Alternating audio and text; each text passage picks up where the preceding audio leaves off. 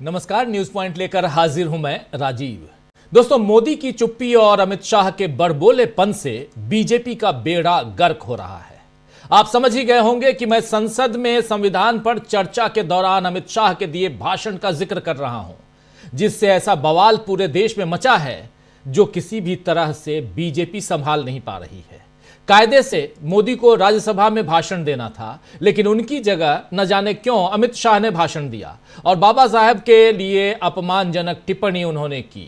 हद तो तब हो गई जब इस पर उन्होंने माफी भी नहीं मांगी, लेकिन अब पूरे देश में अमित शाह से माफी के साथ साथ इस्तीफे की मांग भी हो रही है। कल किस तरह जयपुर में कांग्रेस कार्यकर्ताओं पर पानी की बौछार की गई, यह आपने देखा ही है, और ऐसा ही प्रदर्शन पूरे देश में अब हो रहा है। बल्कि आज तो कई जगहों पर अमित शाह के पुतले दहन की भी खबरें हैं। कांग्रेस नेता जगह जगह प्रेस कॉन्फ्रेंस कर रहे हैं और अब बेलगावी अधिवेशन तक, जनता तक अमित शाह की बात पहुंचाने का सिलसिला जो है वो जारी रहेगा, ये तय मानिए। अपनी खाल बचाने के लिए बीजेपी राहुल गांधी पर नए नए आरोप लगा रही है। अब बीजेपी सांसद गिरिराज सिंह ने कहा है कि राहुल बाउंसर की तरह व्यवहार कर रहे हैं।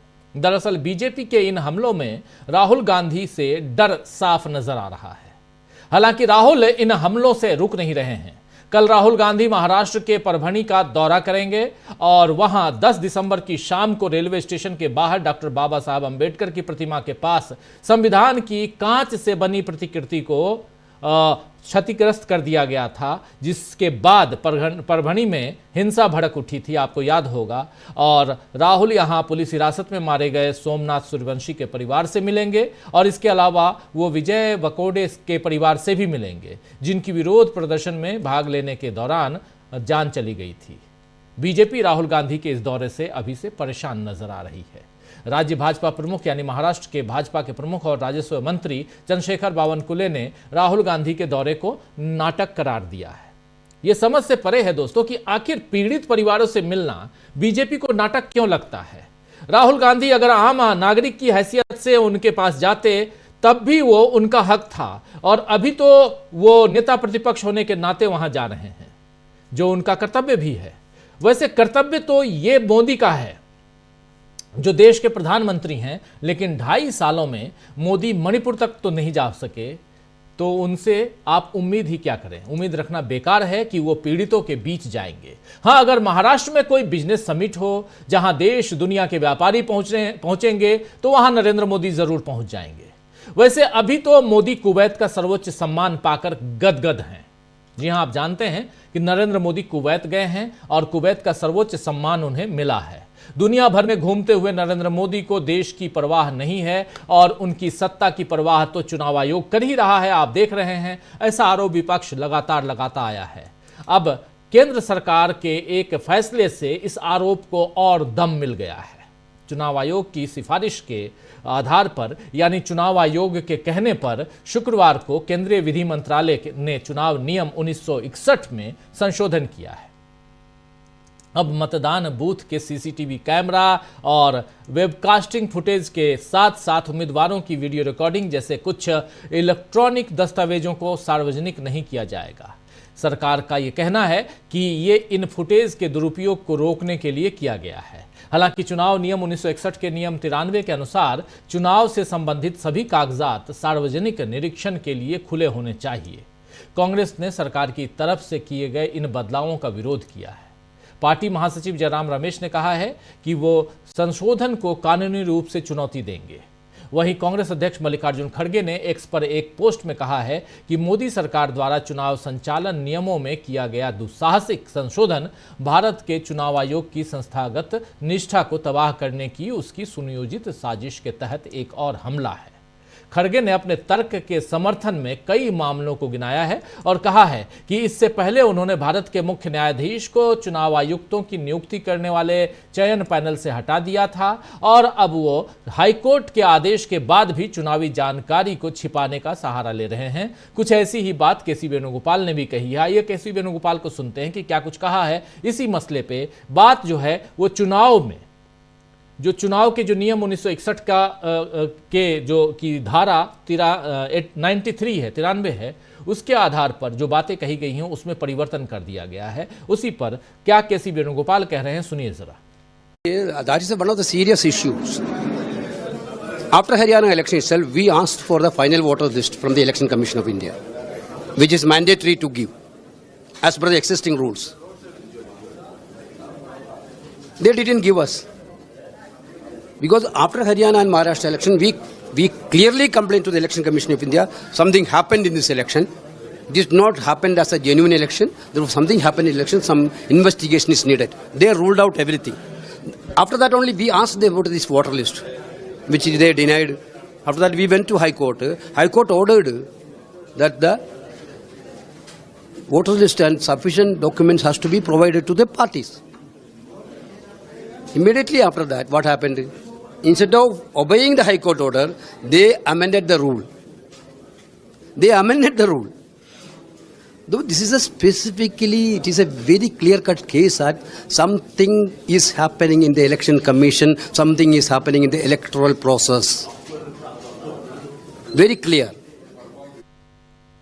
तो सुन रहे थे आप यहां केसी वेणुगोपाल को, और वहीं कांग्रेस नेता मनीष तिवारी ने भी बताया है कि हाई कोर्ट में मामला होने के बाद सरकार ने यह गलत कदम उठाया है। मनीष तिवारी कह रहे हैं सरकार के लिए। मनीष तिवारी की बात सुन लीजिए, उनकी जुबानी सुनिए जरा। सर, इलेक्शन रूल्स में चेंजेस, कुछ डॉक्यूमेंट्स के बाद रूल चेंज कर दिए, इसे कैसे देखें? It is most unfortunate that while a proceeding was going on in the Punjab and Haryana high court and certain directions were given by the High Court, the election conduct rules, specifically with regard to those directions, have been changed. Obviously, the court will take cognizance of it because it's an ongoing list. But more importantly, it sends out a very negative signal with regard to the intent to maintain integrity and credibility of the electoral processes.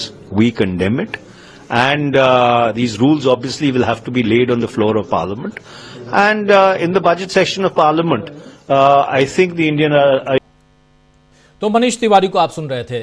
दरअसल अब बार बार संविधान की दुहाई मोदी देते आए हैं और वो बताएं कि उन्हें भ्रष्टाचार से कितना परहेज है, लेकिन उनकी सरकार पिछले दरवाजे से चुनावों की पारदर्शिता खत्म करने की जो कोशिश कर रही है वो संवैधानिक संस्थाओं और लोकतंत्र दोनों के खिलाफ है। मोदी सरकार को बचाते बचाते चुनाव आयोग अपनी साख को ही खतरे में डाल चुका है, और यहां अमित शाह बीजेपी के लिए मुसीबत बन गए हैं। यानी एक तरफ राजीव कुमार जो चुनाव आयोग के मुख्य चुनाव आयुक्त हैं, और दूसरी तरफ अमित शाह, ये दोनों एक चुनाव की प्रक्रिया को और दूसरे संविधान को, अंबेडकर का नाम लेकर, इन दोनों मामले में किस तरह बीजेपी को और अपनी सरकार को मुसीबत में इन दोनों ने डाला है, इसकी बानगी आप लोग देख चुके हैं।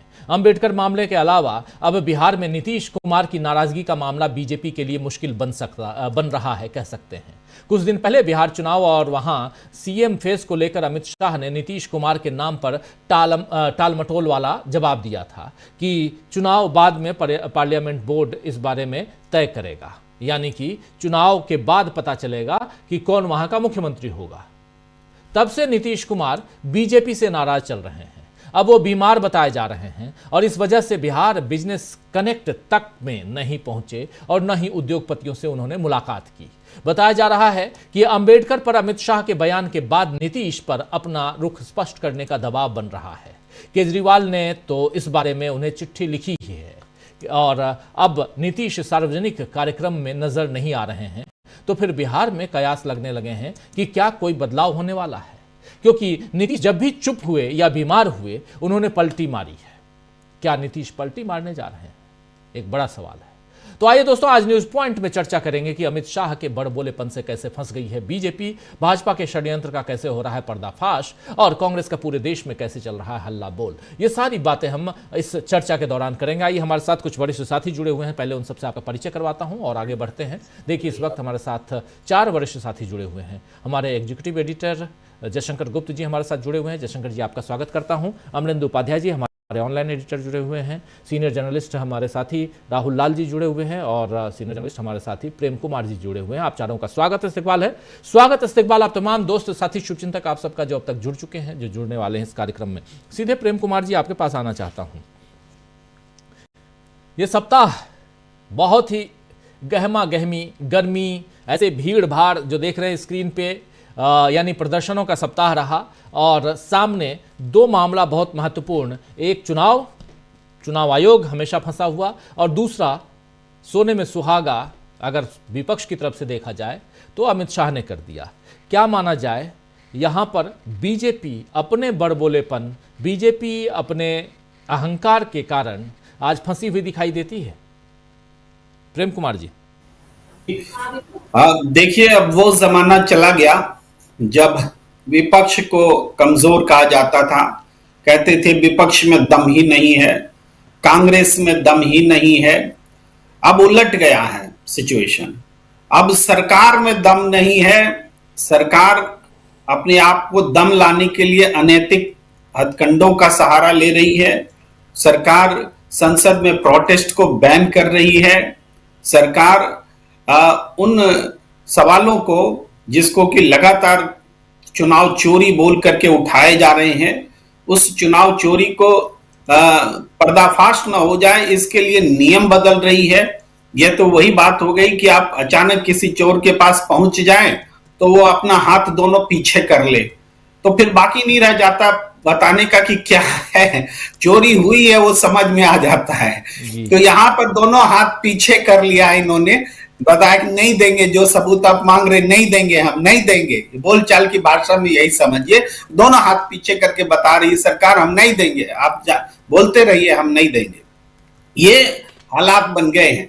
क्या हुआ है, जब से चुनाव हुए सबने चुनाव चोरी का सवाल उठाया, अधिक वोट परसेंटेज कैसे बढ़ जा रहे हैं, इसका जादू क्या है, इसको समझना चाहा।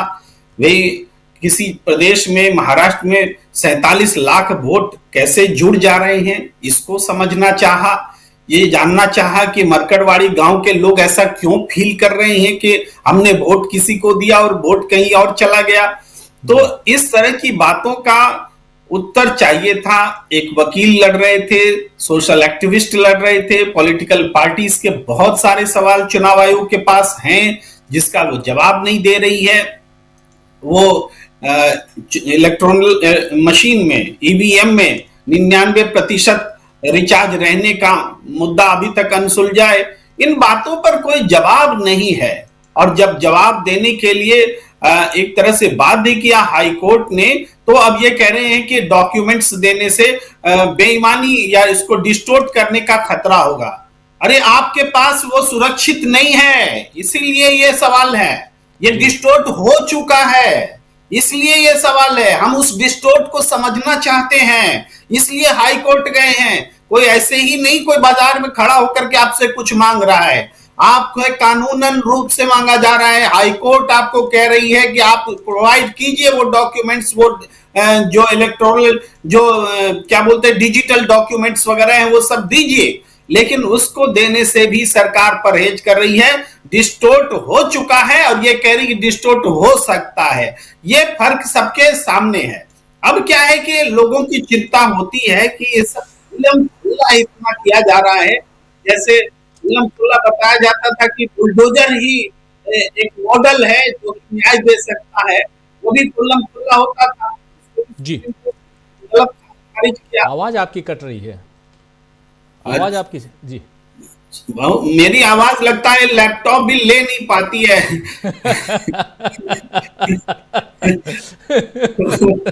जी, जब आप अपने राव में होते हैं तो लैपटॉप भी चलिए कोई बात नहीं जी।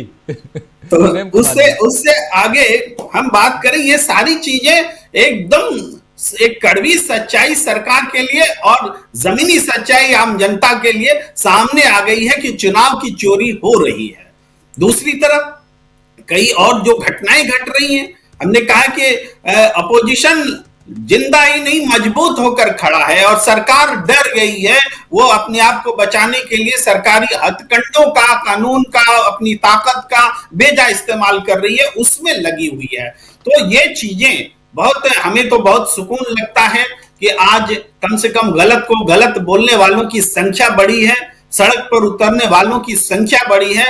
बाबा साहब के अंबेडकर का जो अपमान हुआ, उस अपमान की प्रतिक्रिया हो रही है। ऐसी ही प्रतिक्रियाओं से जब जागरूकता आती है तो समाज में गलत को गलत बोलने का मादा होता है। जब लोगों में यह समझ आ जाती कि ये तो सरकार बदल ही नहीं सकती, ये तो मोदी है तो मुमकिन है वाली सरकार है, जो जैसे चाहेगी जीत ही लेगी, इस तरह की भावना घर कर रही थी, वो खतरनाक स्टेज था। मैं समझता हूं उस स्टेज से देश बाहर आ रहा है कि इसको हम मोदी है तो मुमकिन है अब करने देंगे नहीं, इस भाव में जनता आ गई है। ये नहीं कि जहां चुनाव चाहे चोरी कर ले, जैसे मन वैसे कानून बना ले, बनाया है इन्होंने, जबरदस्ती की है इन्होंने, लेकिन ये जबरदस्ती चलेगी नहीं। कानूनन रूप से तो इसको चुनौती दी ही जाएगी, ये तो दिखाया ही गया है। देखिए, मुझे याद आ रहा है जयराम रमेश जी की एक बहुत महत्वपूर्ण ट्वीट था, उसमें उल्लेख किया था उन्होंने कि ये सदन चला या नहीं चला, ये व्यर्थ नहीं गया है। ये सदन बहुमूल्य तरीके से इसका समय का उपयोग हुआ। देश के सामने पता लग गया है कि ये सरकार सदन में सभी उचित विषय पर उचित तरीके से बातचीत करना ही नहीं चाहती है। ये देश को पता लग गया है, इसलिए शीतकालीन सत्र जो है ये बहुमूल्य सत्र है। एक पूरे देश के सामने आईने की तरह सामने आया है कि सरकार कैसी है, सरकार का रूप क्या है। ये अंदर में किसी को बोलने नहीं देना चाहती है, आसन से भी बेईमानी करवाती है, संसद परिसर में भी वो ड्रामे रचवाती है, संसद परिसर में प्रोटेस्ट पर बैन लगवाती है। ये तमाम चीजें इस शीतकालीन सत्र में सामने आया है। तो बिल्कुल मैं सहमत हूं उस बात से कि ये सत्र बहुमूल्य है, देश की जनता के सामने बेपर्द हो गई है इस सरकार की तानाशाही, इसका चरित्र बेपर्द हो गया है। जी जी जी, बिल्कुल बेपर्द हो गया है तानाशाही, और सरकार खुद बेपर्द हो रही है। और जो कुछ चल रहा है वो आप लोग देख रहे हैं। बहुत कुछ आप लोगों को अभी देखना बाकी है, आने वाले समय में देखेंगे। जरा अमलेंदु उपाध्याय जी, आपके पास भी आना चाहता हूं, आप कैसे देखते हैं अमलेंदु जी? और अब यहाँ से देखिए, दो बातें बहुत महत्वपूर्ण हैं जो पहले रख चुका हूं। पहली बात कि इलेक्शन कमीशन के नियम में ही बदलाव करवा दिया गया, रूल 1961, और उसमें उसके आधार पर जो सार्वजनिक यानी पब्लिक चीजें हैं, भाई आप और हम वोटर हैं, और हमको ये अधिकार है जानने का कि हमारा वोट कहां गया, किसको गया। वहां के सीसीटीवी फुटेज से लेकर फॉर्म 17C, इन सब पे अगर कहीं ना कहीं आप रोक लगाने की कोशिश करेंगे, नियम में बदलाव करेंगे, तो इसका मतलब है कि सरकार कुछ छिपाना चाहती है। और दूसरी बात, बाबा साहब अंबेडकर का नाम लेकर जिक्र करके अंबेडकर अंबेडकर अंबेडकर अंबेडकर अंबेडकर अंबेडकर, यानी 6 बार अंबेडकर कह के, और उनके सामने उनको ढकने के लिए भगवान को सामने लाकर, क्या थाली में परोसकर एक ऐसा मुद्दा बीजेपी और खासकर अमित शाह ने दे दिया विपक्ष के सामने कि विपक्ष अब और मजबूत दिखाई दे रहा है। जिस विपक्ष को अभी से थोड़े दिनों पहले कहा जा रहा था कि यहां पर फूट है, यहां सब आपसी खींचतान में लगे हुए हैं, कांग्रेस पार्टी लीड नहीं कर सकती है, राहुल गांधी किनारे हो जाएं, अब वहीं पर यहां राहुल गांधी जिस संविधान के मुद्दे को लेकर आए, संविधान और मनुस्मृति को सामने लेकर आए, और वहां पर अब यह साफ दिखाई दे रहा है कि यह मुद्दा अब फिर से राहुल गांधी को उस जगह पे पहुंचा दिया है जहां अब तमाम नेता विपक्षी दलों के, आप देख लीजिए, अरविंद केजरीवाल हो, तेजस्वी यादव हो, लालू प्रसाद यादव हो, चाहे ममता बनर्जी हो, और अब तो मायावती भी, सब एकजुट नजर आ रहे हैं एक मसले पे, बाबा साहब अंबेडकर के नाम पे। बिल्कुल राजीव जी, और इसके लिए अमित शाह जी बधाई के पात्र हैं। उन्होंने मोदी जी से अपनी पता नहीं किस जन्म की दुश्मनी निकाली है, क्योंकि इसका नुकसान अमित शाह को तो जो होगा वो होगा, लेकिन इसका नुकसान मोदी जी को होगा, भारतीय जनता पार्टी को होगा। तो अब पता नहीं राजीव जी कि मोदी जी और अमित शाह के बीच में क्या चल रहा है, दोनों एक दूसरे को निपटाने पर लगे हुए हैं। पहले तो मोदी जी ने अमित शाह को भेज दिया भाषण पढ़ने के लिए, तो अमित शाह को निपटाने की कोशिश की, लेकिन वो भूल गए कि अमित शाह निपटेंगे तो अमित शाह मोदी जी को निपटा देंगे। तो अब यही हो रहा है कि सब इसको निपटाने में जो है लगे हुए हैं भारतीय जनता पार्टी, यही भारतीय जनता पार्टी में राजनीति चल रहा है।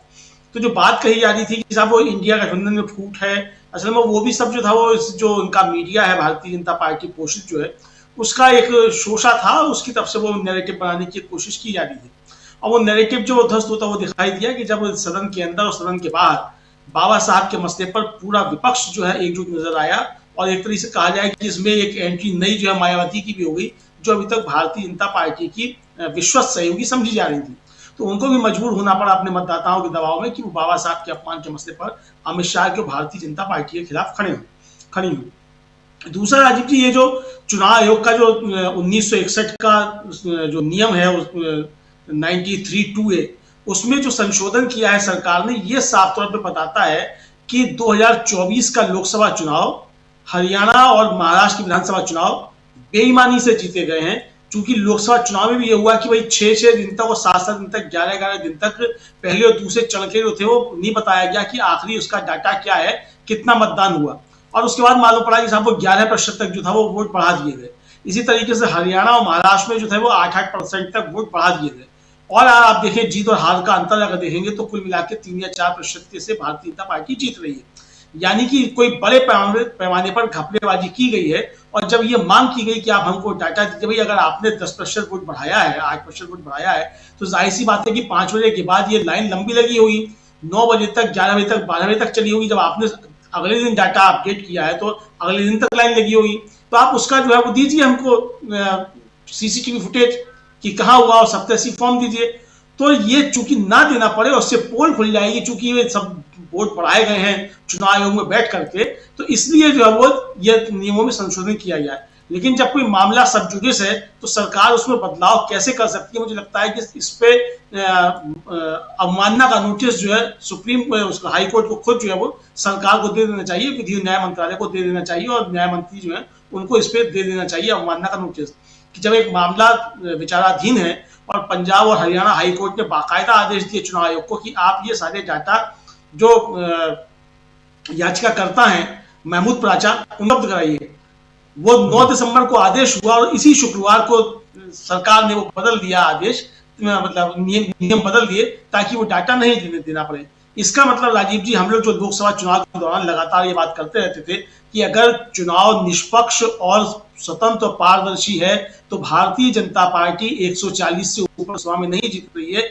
और आज भी अगर ये सब चीजें जिस तरीके से किए जा रहे नियमों संशोधन, ये इसी तरफ इशारा करते हैं कि भारतीय जनता पार्टी वास्तव में 140 सीट के जीत के आई है 2024 के लोकसभा चुनाव।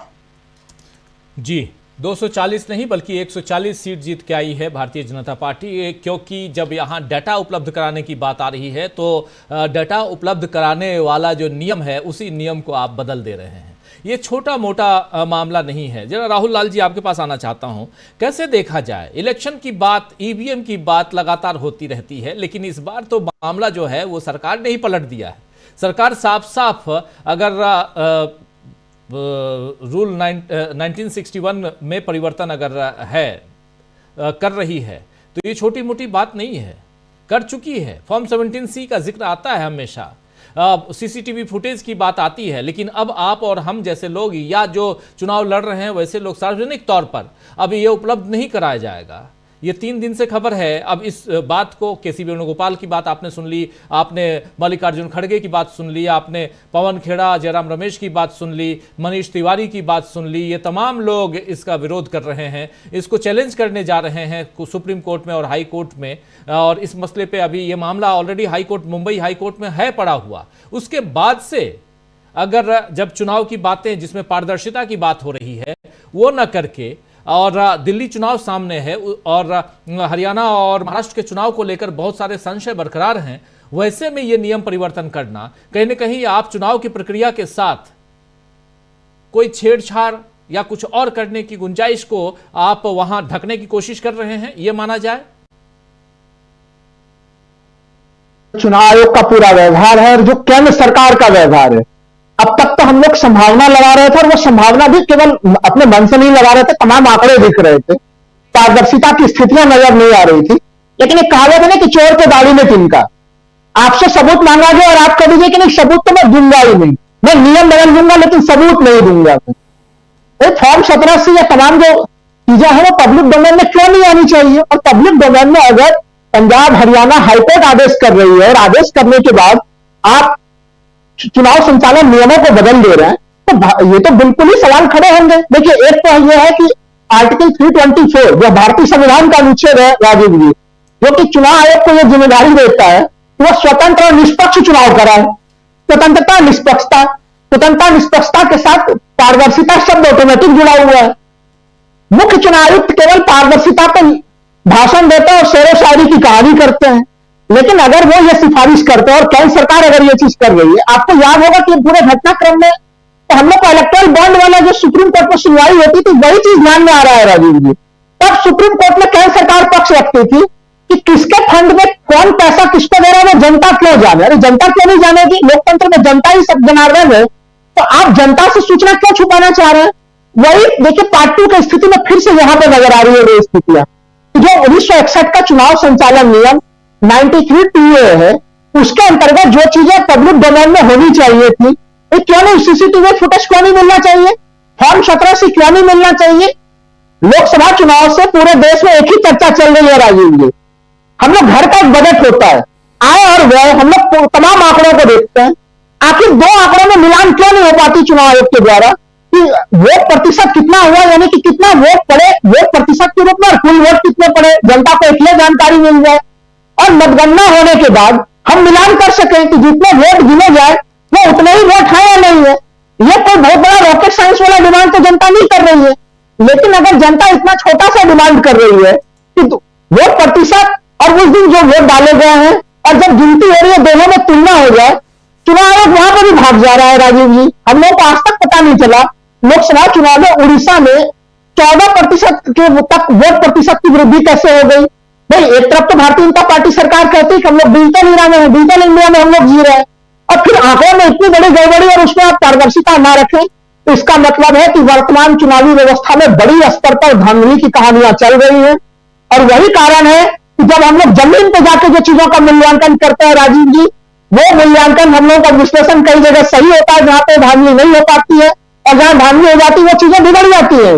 ये सच्चाई से बिल्कुल उसका नाता टूट जाता है। पंजाब हरियाणा के मामले में जिस तरह से महमूद प्राचा का जो डिमांड था, उसको पूरा करना चाहिए था केंद्र सरकार को, लेकिन केंद्र सरकार ने खुद ही तय कर दिया है कि ना तो लोकसभा चुनाव उन्होंने स्वतंत्र रूप से होने दिया, ना वो राज्यों के विधानसभा चुनाव को स्वतंत्र रूप से होने दे रहे हैं। और चुनाव आयोग के ऊपर ये सवाल बिल्कुल खड़े होंगे राजीव जी। अभी शीतकालीन सत्र बीता किस चीज के लिए था? कि संविधान के ऊपर हमले हो रहे हैं। विपक्ष का सबसे बड़ा आरोप यही था, और विपक्ष के इस आरोप पे इस चुनाव के नियम में जो संशोधन किया है केंद्र सरकार ने, उसके ऊपर केंद्र सरकार खुद ही मुहर लगा रही है, चुनाव आयोग खुद ही मुहर लगाने का काम कर रही है राजीव जी। ये स्थितियां लोकतंत्र के लिए अच्छी नहीं है, और हमें बड़ी खुशी है कि इस समय कांग्रेस पार्टी और तमाम टीम इंडिया वो किस तरह से धरना प्रदर्शन पूरे देश भर में कर रहे हैं। सोचिए कि कांग्रेस पार्टी को लेकर हम लोग आलोचना करते थे कि उसके कार्यकर्ता सड़क पर नहीं आते हैं, लेकिन देखिए बाबा साहब अम्बेडकर के नाम पर वो सड़क पर आए। प्रशासन ने कितनी क्रूरता से उनसे निपटा कि लखनऊ में भी एक कार्यकर्ता की जान चली गई और एक गुवाहाटी में भी जान चली गई। तो विपक्ष बिल्कुल मजबूत है, जनता भी हमें लग रहा है मजबूती के साथ खड़ी है राजीव जी। बिल्कुल बिल्कुल बिल्कुल, दो पैरेलल बातें चल रही हैं। प्रशांत जी, आपका स्वागत करता हूं और सीधे आपके पास ही आता हूं। दो पैरेलल बातें, एक तरफ चुनाव आयोग जिस पर लगातार चर्चा चलती रही है, हम लोग भी कई अलग अलग मसलों पर चर्चा करते आए हैं। सीसीटीवी फुटेज को अब सरकार सार्वजनिक नहीं करेगी। एक तो सबसे बड़ी चीज़ है कि अभी भी 100% सीसीटीवी का इस्तेमाल नहीं हो रहा है। 100% सीसीटीवी का हर बूथ पर इस्तेमाल नहीं होता है, और ये बात कई मसलों में सामने आई है। और इस बात को महमूद प्राचा और तमाम इन जो चुनाव की प्रक्रिया में पारदर्शिता के लिए जो लड़ रहे हैं, वो इस बात को साबित कर रहे हैं, कहते आए हैं। महमूद प्राचा ने अपने ही यहाँ इंटरव्यू में कहा था, ये बात कही थी, और दावे के साथ, और ये हम लोगों की आंखों देखी भी है, इसलिए कह रहा हूं। तो सीसीटीवी फुटेज अगर नहीं है तो आप कैसे ये बताएंगे कि हाँ पारदर्शिता है वहां पे, जबकि आज गुंजाइश है। जब पहले नहीं होता था तो अलग चीज है, जब कैमरा ही नहीं है, आप सीसीटीवी नहीं लगा सकते हैं तो अलग बात। लेकिन आज की तारीख में अगर है और इसको मैंडेटरी किया गया है तो फिर क्या दिक्कत है? एक बात। दूसरी बात कि पैरेलली इसी संविधान की बात हो रही है, बाबा साहब अम्बेडकर की बात हो रही है, उनके अपमान की बात हो रही है, और उनका अपमान अगर किया है गृह मंत्री अमित शाह ने, तो सीधे सीधे माफी मांग लेते, लेकिन वो माफी नहीं मांग रहे हैं। और वो उल्टे राहुल गांधी के ऊपर आपने देख लिया कि एफआईआर दर्ज हो गई, अब उसको क्राइम ब्रांच को दे दिया गया, एसआईटी का गठन हो गया, सारी चीजें। ये दोनों पैरेलल चीजों को अगर देखा जाए तो क्या बचाने छिपाने की कोशिश कर रही है सरकार? अपनी सरकार को बचाने की कोशिश कर रही है, या यहां जो चुनाव हुए हैं, बीते हुए चुनाव जिसमें अमरेंदु उपाध्याय जी कह रहे हैं कि 140 सीटें होती, 240 नहीं, अगर पारदर्शिता आ जाए यहाँ पे, अगर दिखाया जाए, उसको बचाने की छिपाने की कोशिश कर रही है। महाराष्ट्र चुनाव के रिजल्ट को छिपाने की कोशिश किया जा रहा है, हरियाणा के चुनाव के रिजल्ट को छिपाने की कोशिश किया जा रहा है। आखिर चल क्या रहा है? देखिए राजीव जी, अगर गुनाह जो है, क्राइम, माफी मांगने से ठीक हो जाए तो देश भर में जेल बनाने की आवश्यकता ही नहीं पड़ेगी, सारे अपराधी माफी मांग लेंगे। मैं इस पे आऊंगा, लेकिन पहले जरा चुनाव आयोग की बात करते हैं। देखिए चुनाव आयोग में क्या हो रहा है, हमारे सब साथियों ने अपनी अपनी बात रखी और हमारे दर्शक भी जानते हैं कि नियम में बदलाव किया गया है। और नियम में बदलाव क्यों किया गया, ये हम लोग कई महीनों से, कई वर्षों से यहाँ पे न्यूज पॉइंट में अपनी बात रख रहे हैं कि ये नियमों की को और कसा जा रहा है या नियमों की अनदेखी खुद चुनाव आयोग करता है। सीसीटीवी कैमरा हो, चाहे इलेक्शन ऑब्जर्वर हो, या डेटा को पब्लिक करने की बात है, इसका पर्पस क्या है? इसका पर्पस पारदर्शिता है, इसका पर्पस है चुनावी प्रक्रिया में विश्वास जनता का। हम वोट दे रहे हैं, हमको मालूम होना चाहिए कि हमारा मतदान सही पड़ा है कि नहीं पड़ा, और गिना गया कि नहीं गिना गया। ये संवैधानिक अधिकार है सब मतदाताओं का, ये राजीव कुमार का अधिकार नहीं है। राजीव कुमार उसके एक मुलाजिम हैं जो ये काम कर रहे हैं संविधान के मैंडेट के मुताबिक। अब हो क्या रहा है राजीव जी, मैं सबकी बात रिपीट न करते हुए, हो क्या रहा है कि राजीव कुमार रिटायर होने वाले हैं फरवरी में जी। राजीव कुमार अब इलेक्शन कमीशन को वहां ले जाना चाहते हैं, सरकार के को रिकमेंड कर करके, कि आगे आने वाले चुनाव आयुक्त भी काम न कर पाए। उनको भविष्य के चुनाव आयुक्तों की वफादारी पर शंका है। उनको नहीं लगता कि उनके जैसा कोई वफादार आएगा और जो सब चुनाव बीजेपी को जितवाएगा जी। इसलिए वो ऐसी व्यवस्था करके जाना चाहते हैं कि आगे आने वाले चुनाव आयुक्त काम ही न कर पाए। ये तो अभी शुरुआत है, अभी आप देखिए कि इंटरनल भी उन्होंने काफी कुछ कर दिया होगा, जिसकी धीमे धीमे सूचना हम लोगों को मिलेगी। और उनके रिटायर होने के पहले तमाम और परिवर्तन और होंगे। वो रिटायर होने से पहले चुनाव आयोग को एक पोस्ट ऑफिस बॉक्स बना देंगे सरकार का, कि डाक आएगी, डाक आगे भेजी जाएगी, सरकार की डाक। सरकार जिसको कहेगी इसको चुनाव जिताओ, उसको जिता देंगे। सरकार कहेगी डेटा रिलीज करो, वो डेटा रिलीज होगा। सरकार जो कहेगी वो उसको मानेंगे। अब उनको ये शक है, जैसा मैंने कहा, कि आगे आने वाले चुनाव आयुक्त शायद इतने वफादार ना हो, किसी की रीढ़ की हड्डी जो है वो जागृत हो जाए, किसी का अंतरात्मा जागृत हो जाए, तो वो फिर लोकतंत्र और संविधान के हक में काम करने लगेगा।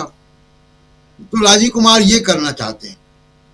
अब आपको मैं बताता हूँ राजीव कुमार का कारनामा क्या है। न्यूज लॉन्ड्री एक इंडिपेंडेंट मीडिया हाउस है, आपकी तरह, देशबंधु की तरह, और उन्होंने एक लंबी रिपोर्ट की है। जरा मैं सिर्फ उस लंबी रिपोर्ट के दो एग्जाम्पल देता हूं और आपको मालूम पड़ेगा कि राजीव कुमार जो है उनका कारनामा क्या है, वो पिछली सरकार से भी बड़े जादूगर कैसे हैं। देखिए, एक सीट है फर्रुखाबाद उत्तर प्रदेश में। उस सीट पर न्यूज लॉन्ड्री के हिसाब से मुताबिक 32,000 वोट हटाए गए, 32,000 वोट डिलीट कर दिए गए वोटर मतदाता सूची से, और वहां पे बीजेपी जीती है 2678 वोट से। अब उन्होंने जो सैंपल सर्वे किया है वो बड़ा चौंकाने वाला है। उन्होंने कहा जो मतदाता सूची से हटाए गए उनमें अधिकांश यादव, मुस्लिम, शाक्त और जाटा वोटर हैं और अपर कास्ट के कम हैं। अब दूसरा एग्जाम्पल देखिए, अरुण गोविल जी यहाँ से चुनाव जीते मेरठ से, उन्होंने 10,000 वोट से चुनाव जीते हैं। 1 लाख वोट ऐड हुए हैं इसी साल। 1 लाख नए मतदाता वहां की मतदाता सूची में ऐड हुए हैं। जो न्यूज लॉन्ड्री का सर्वे हुए कह रहा है कि 2 बूथ पर उन्होंने सर्वे किया है, 27% एग्जिस्टिंग वोटर जो है बोगस है, फेक है, जाली है। ये राजीव कुमार कर रहे हैं जिसमें पर्दा डालना चाहते हैं। ये पूरी रिपोर्ट है, उसमें कई और एग्जाम्पल्स हैं। ये मैंने 2 एग्जाम्पल उसमें से दिए आपको कि आपको दिखाई दे कि किस तरीके से हरियाणा में, किस तरीके से महाराष्ट्र में और किस तरीके से लोकसभा चुनाव में चुनावी धांधलियां हुई हैं, जिसमें पर्दा डालने का काम राजीव कुमार कर रहे हैं। इसलिए इनको नियमों में बदलाव की आवश्यकता है कि लोग रिसर्च करेंगे, लोग डेटा बाहर निकालेंगे, उस पर चर्चा होगी और उन पर सवाल खड़े होंगे चुनाव पे। अब बात करते हैं जी डॉक्टर अंबेडकर की अपमान की और अमित शाह की और बीजेपी सरकार की विपक्ष की। आपने चर्चा की कि मायावती भी साथ आ गई। मायावती साथ नहीं। एक मसले पे, एक मुद्दे पे सब एक जगह आ गए। नहीं, एक जगह भी नहीं है वो जी राजीव। वो इस्तीफे की मांग नहीं कर रही है, वो माफी मांगने की बात कर रही है जी। और इस्तीफे, देखिए, माफी मांगने से अगर अपराध खत्म हो जाए, जैसा मैंने शुरुआत में कहा, तो फिर जेलों की आवश्यकता ही नहीं है, फिर तो कोर्ट की भी आवश्यकता नहीं है, पुलिस इन्वेस्टिगेशन की और प्रोसिक्यूशन की भी आवश्यकता नहीं है। अपराधी को बुलाओ, उसको कहो माफी मांग ले, छोड़ देंगे आपको, वो माफी मांग लेगा, साथ खून करके माफी मांग लेगा। तो ये माफी जो है ये बड़ा डिसेप्टिव है, धोखा ही है। जानबूझ के एक लिखित स्पीच में उन्होंने संविधान की डिबेट के दौरान मल्लिकार्जुन खड़गे को टारगेट करते हुए डॉक्टर अंबेडकर का अपमान किया। तो केवल डॉक्टर अंबेडकर का अपमान नहीं किया, उनके निशाने मल्लिकार्जुन खड़गे और पूरा जो वंचित समाज है वो था। क्या ये माफी के काबिल है ये काम? ये तो इस्तीफा, ऐसा व्यक्ति अगर सरकार में है तो वो भारत के तमाम 80% वंचित समाज, भारत की संवैधानिक आत्मा, इन सब के खिलाफ है। तो जिस संविधान की शपथ लेकर वो वहां पे है, उस संविधान के खिलाफ ही और उस संविधान के रचयिता के खिलाफ अगर उनका एक नजरिया है जो अपमानजनक है, तो वो मंत्री कैसे रह सकते हैं? अब इसकी राजनीति जिसकी हम लोग चर्चा कई दिन से कर रहे हैं, देखिए, नरेंद्र मोदी जी केवल और केवल कॉरपोरेट के सपोर्ट से और कॉरपोरेट के मीडिया के कवर फायर की वजह से बचे हुए हैं। जिस दिन मीडिया जो है वो इंडिपेंडेंट हो गया, उस दिन रोज सवाल पूछेगा और इनके पसीने छूट जाएंगे। बिल्कुल। ये सरकार जो है 24 घंटे के अंदर आईसीयू में चली जाएगी। अभी 2 हैं। जूते मोजे पहन अभी 2 हैं जूते मोजे पहन जी जी। खैर, आना चाहता हूँ जयशंकर जी आपके पास। आईसीयू की बात हो रही है, अभी 2 आईसीयू में हैं, जूते मोजे पहन के हैं। और खैर, सच्चाई क्या है वो देश की जनता, क्योंकि सरकार तो जनता की है, सरकार, लोकतंत्र में हम जी रहे हैं, तो इतना अपना अधिकार भी बनता है कि हम सरकार के ऊपर ये सवाल छोड़ें, रखें।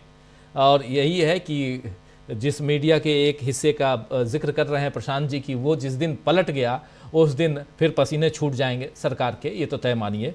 बाकी तो हम लोग कर ही रहे हैं, अपना काम कर ही रहे हैं।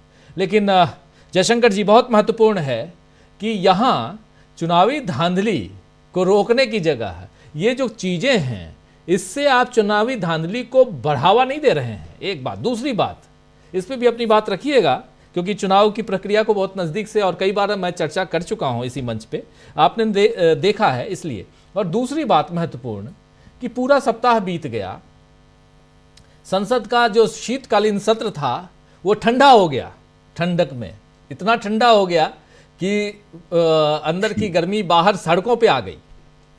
इसलिए भी अब यहाँ समझना ज़रूरी है कि यहाँ से जब विपक्ष एकजुट दिखाई दे रहा है, बाबा साहब आम्बेडकर के मामले में एक ऐसी जगह पे यहाँ सरकार घिर चुकी है जहाँ से इसके पसीने छूट रहे होंगे, क्या यहाँ आने वाले समय में मुसीबत आप और बीजेपी की बढ़ते हुए नहीं देखते हैं?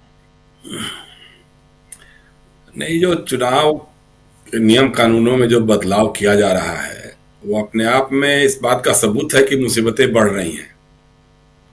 ये इल्हाम इन लोगों को हो गया है कि आने वाले दिनों में जो धांधलियां हुई हैं चुनाव में, या जिस तरह से मतदाता सूचियों में नाम, अभी दिल्ली में भी जिस ढंग से बातें हो रही हैं बार बार कि कितने लोगों के नाम निकाल दिए, कभी हो रहा है कि साहब वो रोहिंग्या का और पूर्वांचली लोगों का और किसका किसका कर रहा है।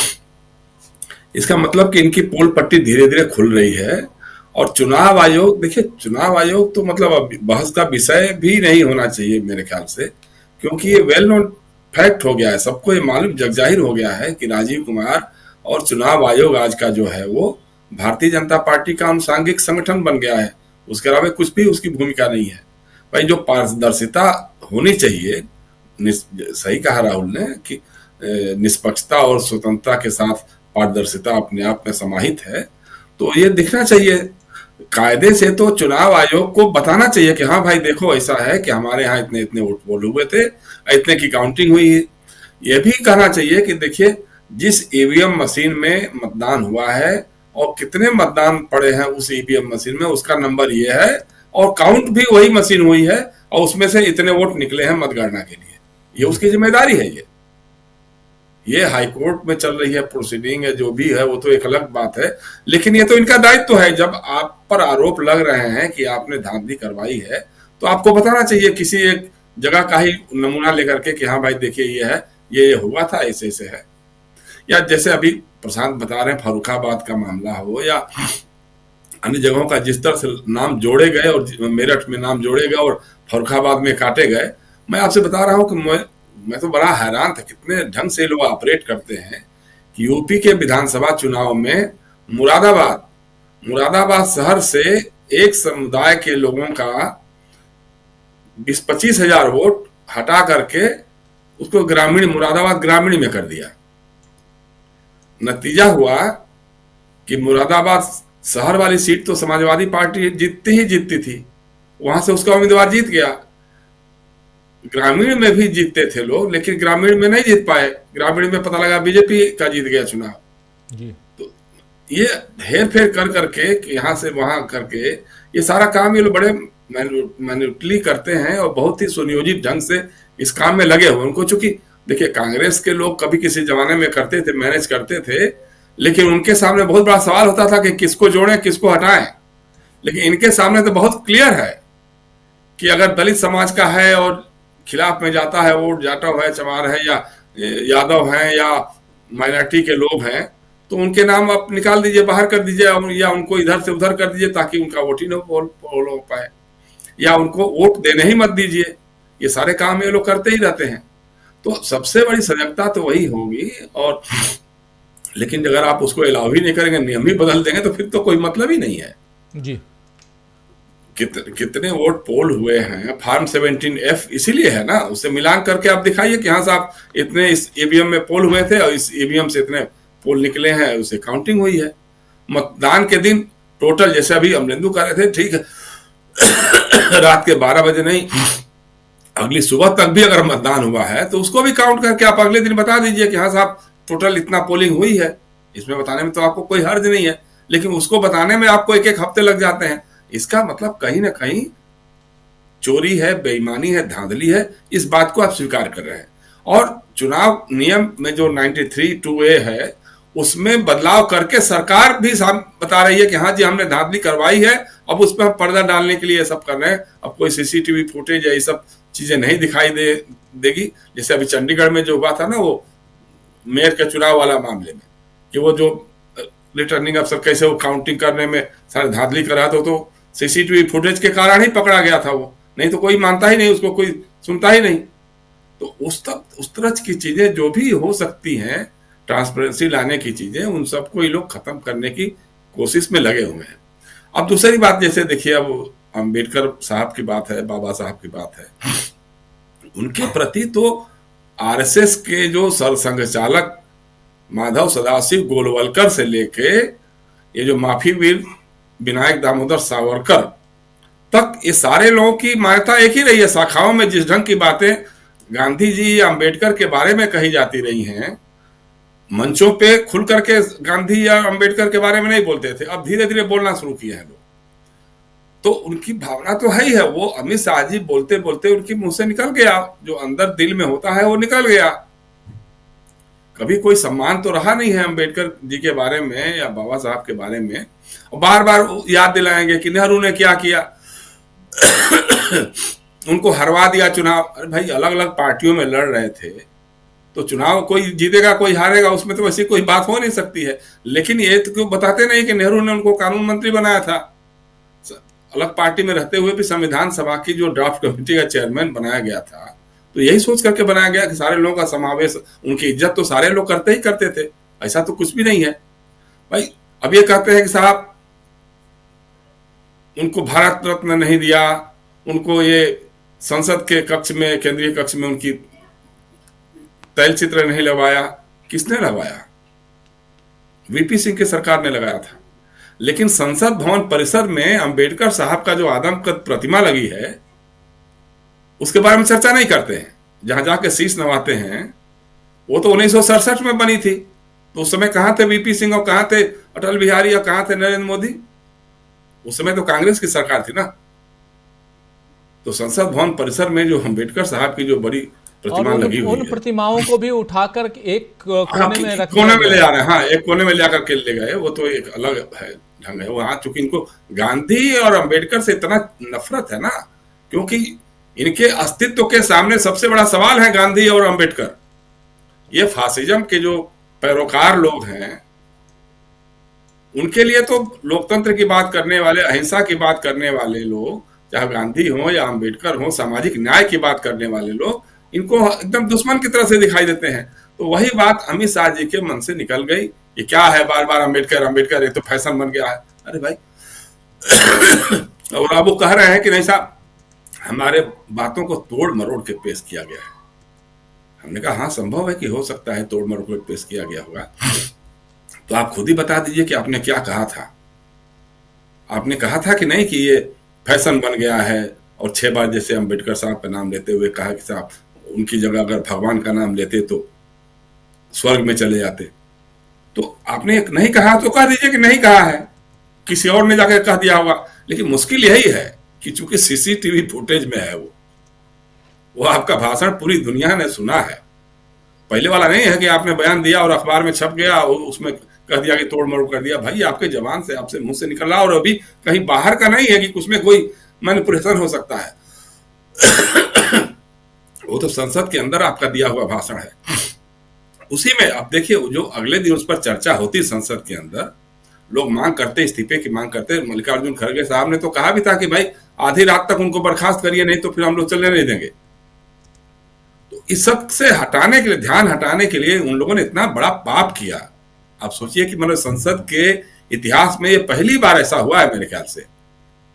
प्रशांत को भी मालूम होगा अच्छी तरह से, संसद में जब कार्रवाई होती थी, विपक्ष के लोग धरना प्रदर्शन करते थे। जब पुरानी संसद के मुख्य द्वार पर लोग धरना प्रदर्शन करते थे, और जो वॉच एंड वार्ड सिक्योरिटी वाले होते थे, जब कोई दूसरे लोग आते थे तो वहां उनके लिए रास्ता बना देते थे और लोग चले जाते थे, और ये लोग अपना धरना, अपने नारेबाजी भी करते रहते थे। लेकिन उस दिन जो है, चूंकि सिक्योरिटी, अभी पूरा सिक्योरिटी सिस्टम पार्लियामेंट का बदल गया है, पुरानी वाली सिक्योरिटी सिस्टम है नहीं। सीआईएसएफ के लोग वहां बैठे, उनको बेचारों को पता भी नहीं था कि ऐसा भी कभी कुछ हो सकता है। तो ये सारा रास्ता रोक करके बैठे हुए हैं, नारेबाजी कर रहे हैं, कोई रास्ता दे नहीं रहे हैं कि ये लोग भी कहीं जा सकें। और उस समय जो कैटिक सिचुएशन हुई तो उसमें कोई भाई सीढ़ियों पे गिर गए, उनको कोई चोट लगी, कैसी चोट लगी है तो खैर डॉक्टर और भगवान ही जानते होंगे या वो जानते होंगे। लेकिन खैर उन लोगों का बयान भी था। अभी प्रताप सारंगी जो है, प्रताप सारंगी के बारे में तो दुनिया भर जानते ही हैं कि जो ग्राहम स्टोन और उनके परिवार को जिंदा जलाने वाले लोग थे, उनके साथ थे ये विश्व हिंदू परिषद के उसमें उड़ीसा में अध्यक्ष भी थे। वो कह रहे हैं कि नहीं, एक सांसद हमारे ऊपर गिर पड़े थे इसलिए मुझे चोट लगी। तो भाई हम ये कह रहे हैं कि जो उसका तो सीसीटीवी फुटेज है ना, पूरा का पूरा सीसीटीवी फुटेज दिखाइए कि राहुल गांधी किसको धक्का दे रहा है, किसको जूडो कराटे कर रहे हैं वहां बैठ करके, आप दिखा दीजिए ना। लेकिन वो नहीं, बाउंसर बोल रहे हैं इनको, बाउंसर बोलिए, बाउंसर बोल रहे हैं राहुल गांधी को। हाँ बाउंसर बोले, कुछ भी बोले, ठीक है भाई, आपकी जबान पे कोई लगाम नहीं, और आप तो मंत्री हैं, हमारी जबान पे तो लगाम हो सकती है कि हम डीबी लाइव के अलावा वो कहीं नहीं बोल सकते हैं। लेकिन आप तो मंत्री महोदय हैं, आप तो पार्लियामेंट से लेकर के देश दुनिया भर बोलेंगे, आप पर तो कोई लगाम है नहीं। तो बाउंसर ही है तो बाउंसिंग करते हुए दिखा दीजिए ना आप। आपके पास उसमें सेकंड का सीसीटीवी फुटेज है, उसको दिखा दीजिए। इसके पहले घटना हुई थी ना, आपको याद होगा कि राज्यसभा में वो एक सांसद के सीट के नीचे कुछ पैसे मिले थे, नोटों की गड्डियां मिली थी, नाम ले लिया कि साहब वो अभिषेक मनु सिंघवी कांग्रेस के सांसद थे, उनकी सीट के नीचे था। हम लोगों ने सवाल किया कि भाई अगर ठीक है तो सीसीटीवी फुटेज तो है ना आपके पास। अगर अभिषेक मनु सिंघवी कह रहे हैं कि हमारा पैसा नहीं है, ये हमको मालूम भी नहीं है कहां से आया, तो कैसे आया ये तो उसके हर रिकॉर्ड में होगा, उसी को जाहिर कर दीजिए। आज तक वो रिकॉर्ड नहीं आया, वो कहाँ हुआ क्या हुआ, उस खत्म ही कर दिया, उस मामले को ही खत्म कर दिया। तो कहने का हमारे मतलब राजीव जी ये है कि ये सीसीटीवी फुटेज या जो ट्रांसपेरेंसी जैसी चीज है उसको ये खत्म ही करना चाहते हैं। मुझे लगता है कि कल को ये भी हो जाएगा कि संसद की कार्यवाही या संसद भवन में भी जो इस तरह के मामले होंगे उसको सार्वजनिक नहीं करने देंगे। ये जो मीडिया के लोग जमा होते हैं उनको सेंसर टाइप का उस दिशा में अभी आगे बढ़ते हुए दिखाई दे रहे हैं कि एक अलग ढंग की सेंसरशिप, एक तो सेंसरशिप चली रही है अघोषित रूप से, जो मीडिया के मालिकों से, उनके मैनेजमेंट से बात करके उनको तय कर देना कि ये दिखाना है, ये नहीं दिखाना है और यही दिखाना है, ये सारी बातें तो तय हो ही रही हैं। लेकिन अब इसके बाद हो जाएगा कि कोई फुटेज अगर इस तरह का है और जरा भी डाउटफुल लगा तो उसको आप नहीं दिखा सकते हैं। तो इसी मतलब ट्रांसपेरेंसी को पूरी तरह से खत्म करने का प्रयास चल रहा है। लेकिन दूसरी बात जो सकारात्मक बात हुई है, जिसके लिए हम बार बार हम लोग कहते रहे, यहाँ इस मंच से भी कहते रहे हैं, कुछ लोगों को बुरा भी लगता रहा होगा कभी कभी, कि कांग्रेस जो है बयानबीर से आगे नहीं बढ़ रही है। बयान देती है, ट्वीट कर देती है, लेकिन उसके आगे नहीं है। अब वो सड़क पे आ गई है। कांग्रेस का कार्यकर्ता इसको शिद्दत से महसूस कर रहा था कि भाई हमको एक कार्यक्रम दीजिए, हम सड़क पे आना चाहते हैं, हम इनको एक्सपोज करना चाहते हैं, इनके विरोध में खड़ा होना चाहते हैं, और वो काम हो गया है। बाबा साहब भीमराव अंबेडकर जी का अपमान जिस तरह से हुआ है, जिस तरह से इस देश के गृहमंत्री ने किया, किसी मामूली आदमी ने नहीं किया है, इस देश के गृहमंत्री ने किया है, जिस पर संविधान और सबकी रक्षा की जिम्मेदारी है, उस आदमी ने किया है कि उसके त्याग पत्र तक कांग्रेस के लोग अगर सड़कों पे धरना प्रदर्शन, मार भी खा रहे हैं, एक दो की जान भी चली जा रही है, ये सब करने के बावजूद अगर वो डटे हुए हैं, लड़ रहे हैं, तो यही इस लोकतंत्र की सबसे बड़ी ताकत बन के उभरेगी। संसद से लेके सड़क तक जब तक कांग्रेस पूरी तरह से फार्म में नहीं आएगी, उसी तरह से चुनाव आयोग के बारे में भी आपको बता रहा हूं, चुनाव आयोग के बारे में भी आपको सड़क पे उतरना पड़ेगा कि भाई ये धांधली नहीं चलेगी। ये जो नियमों में हेर फेर करके आप इनको ये दे रहे हैं, पूरा का पूरा जो कुछ मनमानी करने की छूट दे रहे हैं, वो नहीं चलेगी। उसके खिलाफ हम लोग अदालत में भी जाएंगे और सड़क पर भी आएंगे। ये काम दोनों करना पड़ेगा। जब तक जनता ही जनार्दन है इस लोकतंत्र में, और जनता जब अगर सामने आ जाएगी तो बेचैनी की बात कर रहे हैं आप, पसीना पोंछने के लिए रुमाल नहीं मिलेगा। हालत इनकी इतनी तबाह हो जाएगी कि वो है, असल चीज वही है कि जनता ही मालिक है, जनता को जगाने की जरूरत है, जनता के बीच जाने की जरूरत है। क्योंकि जनता को भी लग रहा है ना कि हमने वोट तो किसी और को दिया था और जीत गया कोई और। जैसे वही महाराष्ट्र का ही मामला, उस गांव में जहां वो लोग मॉक ट्रायल कर रहे थे, वोटिंग बैलेट बॉक्स से करने की बात कर रहे थे। तो कहीं ना कहीं उन लोगों को दिमाग में है ना कि भाई पूरा गांव तो हमने किसी एक आदमी को वोट दिया था और पता लगा गिने इतने ही गए थे। तो जनता में खलबली है, जनता में आक्रोश है, जनता में असंतोष है, बस उसकी अभिव्यक्ति करने की जरूरत है, जिसको अपोजिशन को लामबंद होकर के करना पड़ेगा। जी राजीव जी, बिल्कुल बिल्कुल आप सही कह रहे हैं कि लामबंद करना पड़ेगा। इधर कांग्रेस पार्टी की जो तैयारियां चल रही हैं, आज 22 तारीख, कल 23 तारीख, दोनों दिन आज और कल कांग्रेस 150 से ज़्यादा जगहों पर प्रेस कॉन्फ्रेंस कर रही है और उसके बाद परसों यानी 24 तारीख को देश भर में आंदोलन है। इसका कितना आप प्रभाव देखेंगे प्रेम कुमार जी, कैसे देखते हैं आप जो कांग्रेस आंदोलन कर रही है, कांग्रेस प्रेस कॉन्फ्रेंस कर रही है, इस मसले को उठाने की कोशिश कर रही है, और क्या लगता है आपको कि एक दबाव यहाँ पर कायम कर पाएगी कांग्रेस, खासकर अमित शाह के इस्तीफे को लेकर जो बातें चल रही हैं उस पर? शुक्रिया एक बार फिर राजीव जी। देखिए, जब कोई आंदोलन सड़क पर होता है तो हमारे कॉल दे देने भर से आंदोलन नहीं हो जाता है। जनता उसके लिए तैयार होती है, माहौल होता है। और अभी जो परिस्थिति देश में है वो एक गुस्सा जनता के मन में है कि अपमान हुआ है बाबा साहब अम्बेडकर का, और एक व्यक्ति का अपमान नहीं है, ये संविधान निर्माता, और जो कि सिर्फ दलित वर्ग के नहीं थे, सभी वर्ग के थे, हर वर्ग में सम्मानित भी हैं। कुछ लोगों के बीच सम्मानित ना हैं तो ना कभी रहेंगे, क्योंकि वो लोग नफरत करते हैं। तो लेकिन ये जिस जगह पे हुआ, सदन में हुआ, वाइस प्रेसिडेंट के सामने हुआ, किसी ने कुछ बोला नहीं, बात बात में एक्सपंज कर दिया जाता है बातों को, लेकिन इनकी बातों को कोई रोक टोक नहीं हुई। तो पूरी संसदीय प्रक्रिया के, संसदीय प्रणाली जो है हमारी, उसके प्रति भी एक गुस्सा है। तो इस गुस्से के कारण आज कांग्रेस ने समय पर जो कॉल लिया है, उस गुस्से से खुद को वो जोड़ पा रही है। जनता इसलिए कांग्रेस के साथ जुड़ी हुई दिख रही है, क्योंकि इससे पहले भी अभी बीते समय में कांग्रेस ने जो कुछ कॉल लिए को हर जगह मिश्रित सफलता मिली। राहुल गांधी के इर्द गिर्द तो जनता खड़ी हो जाती है, और कहीं भी निकले जनता उनके साथ है, ये साबित हो बात है। लेकिन पार्टी के कार्यक्रमों के साथ जनता खड़ी हो, ये अभी ज्यादा देखने को मिल रहा है। मध्य प्रदेश और असम तो एकदम आप देख रहे हैं, कर्नाटक, तेलंगाना, इन सब जहां कांग्रेस का प्रभाव है वहां तो ये दिख ही रहा है। लेकिन मध्य प्रदेश जहां पर कि आप कह सकते हैं हारी कांग्रेस, हरा दी गई कांग्रेस, असम में भी आप वैसा ही देखिए, तो उन सब जगहों पर दिख रहा है। एक बात अभी चर्चा में आ रही थी, मायावती जी, उनको हम थोड़ा सा उनके रिएक्शन को हम आपको बताना चाहते हैं कि इस देश में दलितों में जो गुस्सा है, उस गुस्से के साथ जो जुड़ी हुई पार्टियां दिख रही हैं, जिसमें कांग्रेस सबसे बड़ी पार्टी है, समाजवादी पार्टी भी दिख रही है, आरजेडी भी दिख रहा है, सब जो दिख रहे हैं, तो उससे बेचैनी हो रही है मायावती जी को। पहले दिन आप देखिए मायावती जी की कोई प्रतिक्रिया नहीं आई। दूसरे दिन उनकी प्रतिक्रिया दिन में 2-3 बजे के आसपास आई, वो भी ट्वीट में। तीसरे दिन उन्होंने प्रेस कॉन्फ्रेंस की, और इस समय तक मामला बड़ा होता जा रहा था। जितना मामला बड़ा हो रहा था, मायावती जी की रिएक्शन जो है उस हिसाब से बड़ा होने की कोशिश कर रही थी। लेकिन उस रिएक्शन में वो दम ही नहीं था कि अमित शाह माफी मांगो, ये बोलने का भी दम नहीं था। हालांकि टंडन जी बोल रहे माफी मांगने से कुछ नहीं होता है, लेकिन कुछ नहीं होता है वो बोलने का भी दम नहीं था।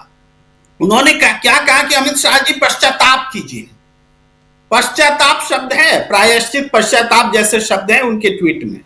इसका भी मतलब समझिए, अमित शाह जी पर इतना भरोसा है मायावती जी को कि वो पश्चाताप कर लेंगे, इनके आग्रह पर पश्चाताप कर लेंगे। माने ऐसी दलित की आवाज, लेकिन उनकी मजबूरी भी है कि वो चुप ना रहे।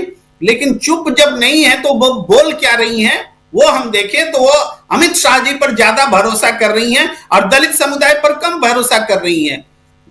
पूरा दलित समुदाय उन पर भरोसा करता आया कि आप हमारी आवाज बनिए, और ये अमित शाह की आवाज बन रही है कि प्रायश्चित कर लीजिए।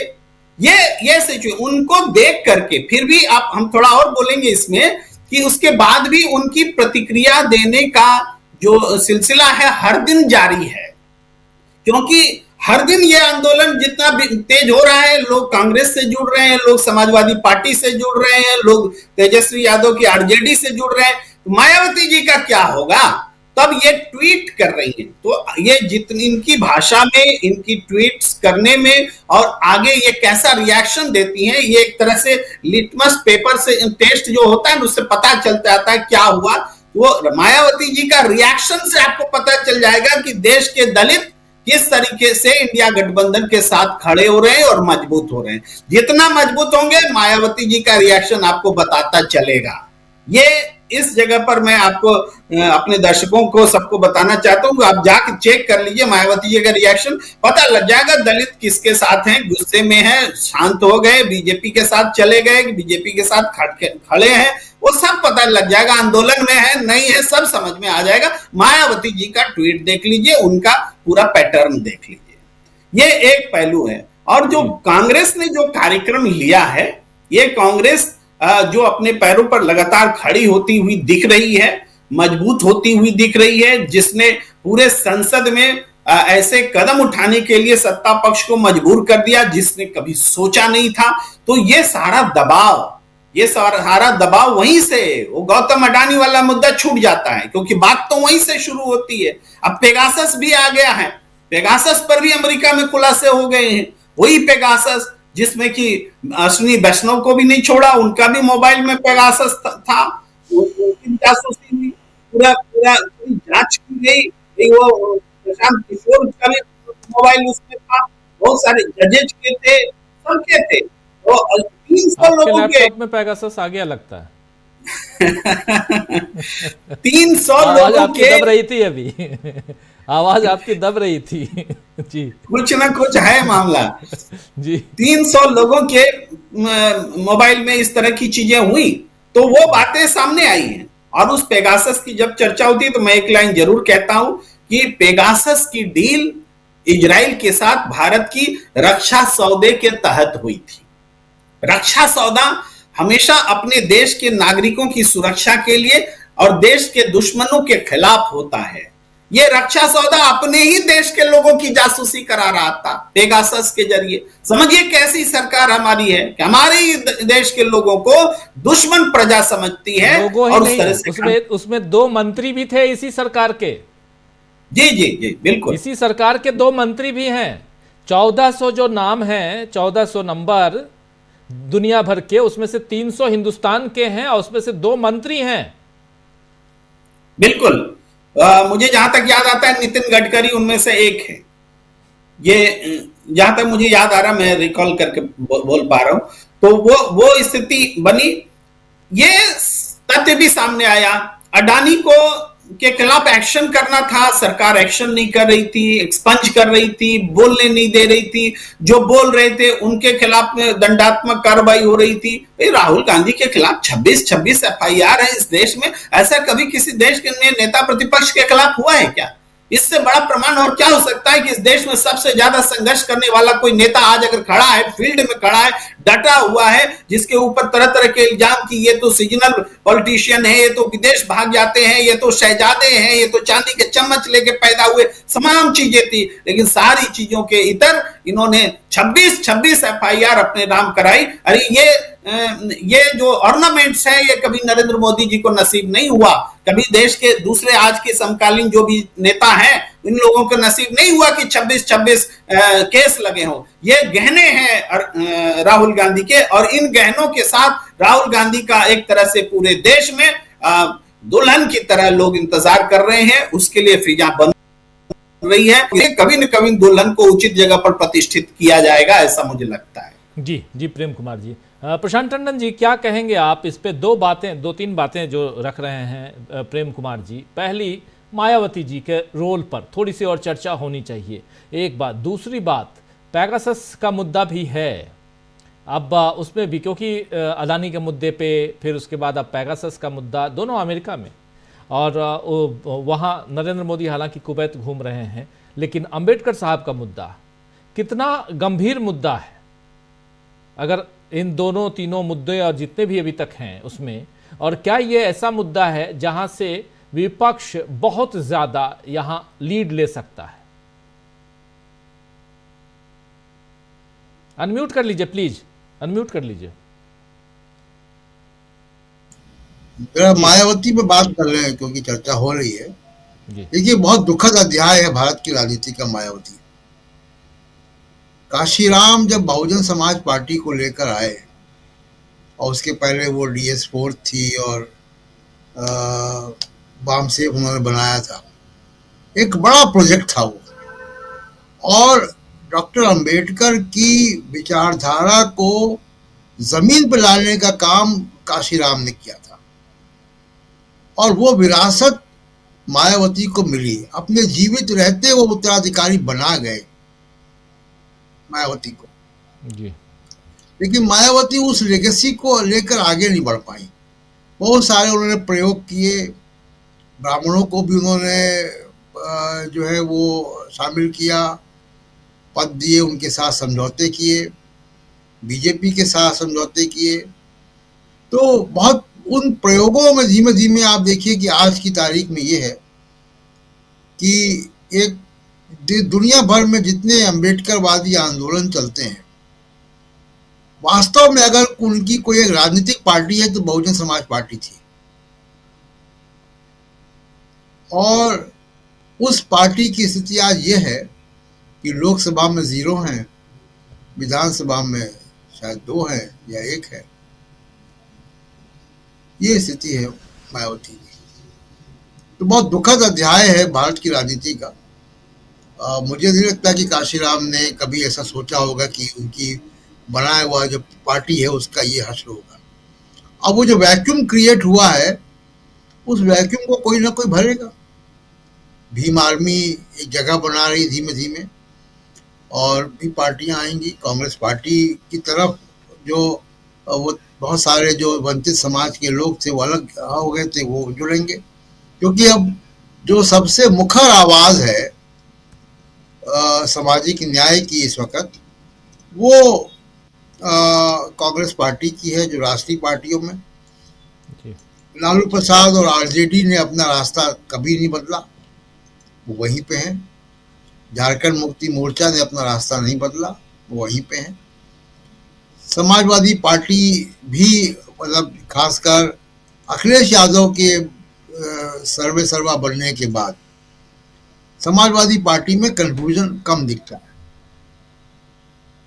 उसके पहले कुछ खिंचाव था, वहाँ पे कुछ कंफ्यूजन था, लेकिन अखिलेश यादव में कोई कंफ्यूजन नहीं। तो सामाजिक न्याय का जो मोर्चा है वो मजबूत हुआ है, और उस मजबूती में मायावती पीछे छूट गई हैं। ये एक दुखद पहलू है इस राजनीति का।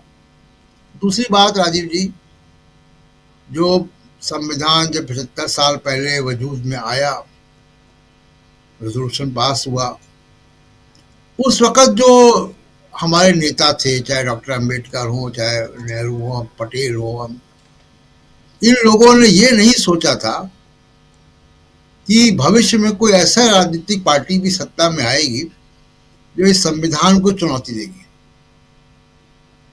वो ये मान के नहीं चल रहे थे कि एक ऐसी पार्टी भी सत्ता में आएगी, एक RSS ऐसा एक संगठन बन जाएगा इतना बड़ा कि जो सीधे सीधे मनुवाद की बात करेगा और मनुवाद को इम्प्लीमेंट करेगा मॉडर्न अवधारणा में।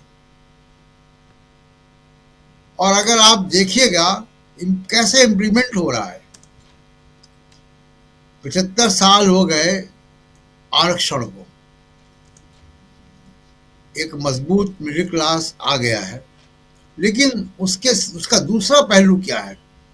जब से नरेंद्र मोदी सत्ता में आए हैं, आप देखिए कि दक्षिण भारतीय, गैर हिंदी भाषी प्रदेश के लोग, ब्यूरोक्रेसी से, सुप्रीम कोर्ट से, सेना की लीडरशिप से, आप देखिए कि वो सब गायब होते गए।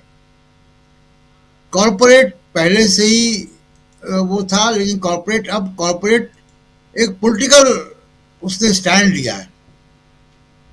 भारत के बड़े कॉरपोरेट हाउसेस ने एक पॉलिटिकल स्टैंड लिया पहली बार कि वो RSS BJP उसकी अपनी पार्टी है। चंदा वो देते थे, चंदा बाकी लोगों को भी देते, लेकिन एक पॉलिटिकल स्टैंड लिया है। पॉलिटिकल स्टैंड क्या है? ऐसा नहीं है कि वो रैलियां कर रहे हैं मुकेश अंबानी, लेकिन मुकेश अंबानी का चैनल या तमाम जो कॉर्पोरेट हाउसेस के चैनल्स हैं वो किस तरीके की भाषा बोल रहे हैं, जी ये समझने वाली बात है कि पहली बार कॉर्पोरेट ने एक पॉलिटिकल स्टैंड लिया है अपने न्यूज चैनल के जरिए।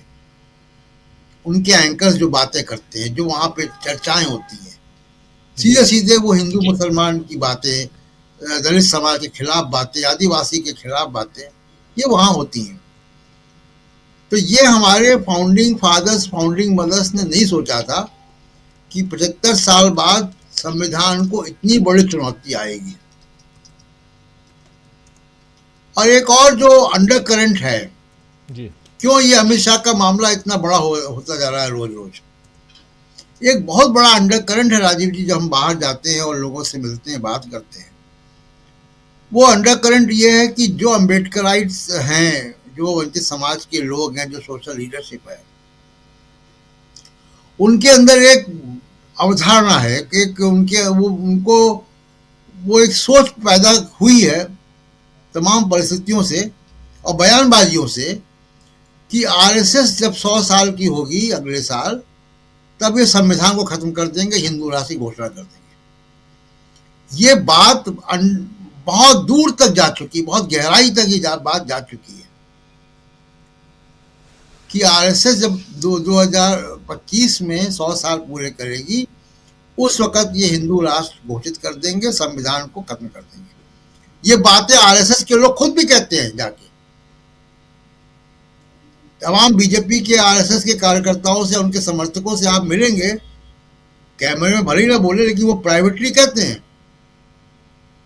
कि हम घोषणा कर देंगे। तो ये बात बहुत गहरी तक जा चुकी है।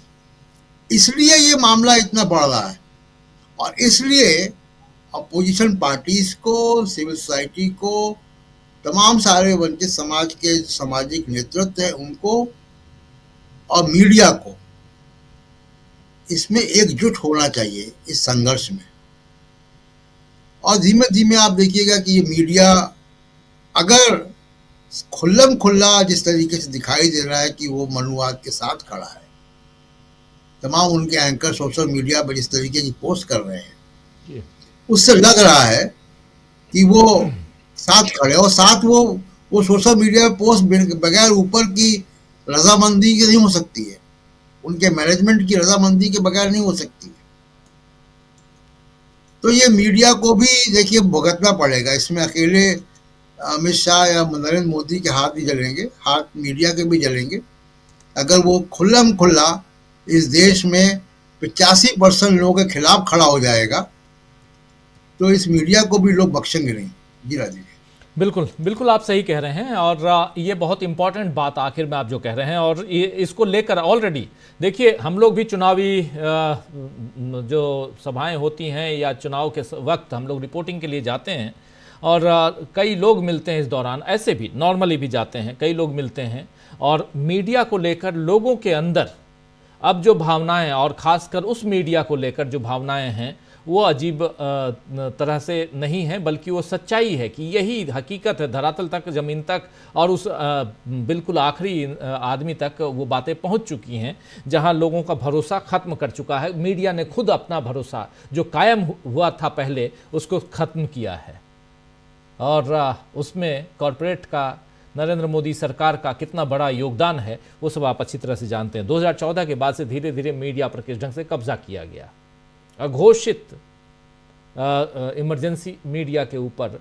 कैसे थोपी गई, या कहें तो स्वतःस्फूर्त आप चले गए, किस ढंग से चले गए, इस पे भी कभी हम बात करेंगे, बहुत खुल के बात करेंगे। लेकिन आज जब हम बात कर रहे हैं तो ये अंबेडकर के कारण, बाबा साहब अंबेडकर के कारण क्या यहाँ बुरी तरह फंस चुकी है बीजेपी। ये 2024 का जो चुनाव था राहुल लाल जी, 2024 लोकसभा चुनाव, उस चुनाव में संविधान की किताब और उसके साथ साथ बाबा साहब की फ़ोटो ये लेकर कई पार्टियों ने, खासकर जो विपक्षी दल के जो गठबंधन है, इंडिया गठबंधन के समाजवादी पार्टी के कई नेताओं को उत्तर प्रदेश में आपने देखा, महाराष्ट्र में भी कई नेताओं को देखा आपने, अलग अलग इंडिया गठबंधन के नेताओं को। लेकिन क्या अब जो मामला है ये संविधान से ऊपर का मामला है, ये अंबेडकर साहब का मामला है, और यहाँ पर अब यहाँ से पीछे वापस लौटना, क्योंकि अब देर हो गई, थोड़ा इसकी चर्चा होनी चाहिए, बाद में फिर आएंगे जयशंकर जी आपसे भी इसी सवाल के साथ, कि क्या नरेंद्र मोदी ने, अमित शाह ने अगर तुरंत अपनी गलती मान लेते, तो थोड़ा बहुत भी इसको आप वहां रोक सकते थे। और अभी आप अपने हठीपन के कारण, क्या आपने बिल्कुल आहुति, बिल्कुल दलदल बिछाया खुद, और उसमें गले तक पहुंच गए हैं आप, ये माना जाए राजीव जी? नहीं, बिल्कुल राजीव जी, जो बयान है राज्यसभा में अमित शाह जी का, कि और भाई मैं 6 बार क्या, मैं लाखों बार नाम लूं अम्बेडकर का, तो आपको क्यों टेंशन हो रहा है कि मैं स्वर्ग जा रहा हूं कि नहीं जा रहा हूं? तो ये तो देखिए, जो इससे ज्यादा अपमान नहीं हो सकता कि आप राज्यसभा में, देखिए लोकसभा को तो देखिए अलग चीज है, हमारे संविधान सभा में राज्यसभा को माना गया था बहुत ही उच्च स्तरीय जो है कि विमर्श होगा वहां पे, और वहां पे उच्च स्तरीय विमर्श ये होगा कि वहां पे हमारे संविधान निर्माता के ऊपर ही आपने हमला कर दिया। राजीव जी देखिए, ये अनायास भी नहीं था। अभी तक देखिए, चलिए मायावती जी कहती है पश्चाताप के भाव भी दिख जाते हैं, चलिए मैं वो भी मान लेता हूं। क्या अभी तक अमित शाह के चेहरे पे हम लोगों को पश्चाताप के कोई बोध या कोई भाव भी नजर आ रहा है? नहीं नजर आ रहा है राजीव जी। और उल्टे देखिए, तो वो एक चीजें ऐसी हैं कि वो आपको याद हो कि एक बयान उनका महात्मा गांधी के लिए बयान था, महात्मा गांधी जी को इन्होंने, अमित शाह जी का बयान था 2014 के बाद का बयान था कि वो चतुर बनिया है, क्या उस बयान के लिए उन्होंने कभी माफी मांगी? तो ये तो इन्होंने बिल्कुल होशो हवास में दिया हुआ बयान था, मन से सम्मान नहीं करते। अब जब लग रहा है कि पूरा वोटों का नुकसान होने वाला है, तो आप मामला बदलने का प्रयास कर रहे हैं। लेकिन एक चीज मानना पड़ेगा कि विपक्ष ने इस पूरे मामले को, जो हम लोग कहते थे कि विपक्ष के संदेश जनता तक नहीं पहुंचते हैं, भारतीय जनता पार्टी इस प्रकार के संदेश को पहले पहुंचा देती थी, लेकिन विपक्ष ने इस संदेश को बिल्कुल जनता के ग्रामीण, बिल्कुल रूरल एरिया से जो खबरें आ रही है हम लोगों के पास, वहां पर भी प्रदर्शन है, वहां पर भी लोगों के मन में आक्रोश है। और ये चीजें कहां से बन रही हैं? देखिए, राहुल गांधी का पूरा भारत जोड़ो यात्रा याद कर लीजिए, 2022 में, सितंबर 2022 में जो उन्होंने शुरू की थी, वो तभी से कह रहे थे कि संविधान के ऊपर हमले होंगे, संविधान के प्रति सम्मान नहीं रखते हैं। 2024 के लोकसभा चुनाव में भी पूरा इंडिया अलायंस इस मामले के साथ खड़ा रहा, और जब संविधान के ऊपर ही डिबेट हो रहा था लोकसभा और राज्यसभा में, तभी अमित शाह जी का यह बयान आ रहा है। तो यह बयान हमें लग रहा है कि उनको बहुत ही जबरदस्त नुकसान पहुंचाने वाला है। देखिए, दो चीजें होती हैं, एक होता है राजीव जी भूलवश कोई गड़बड़ी हो जिसको कि आप माफी मांग लो और जनता स्वीकार भी करे, और एक है कि आपकी नियत में ही खोट है।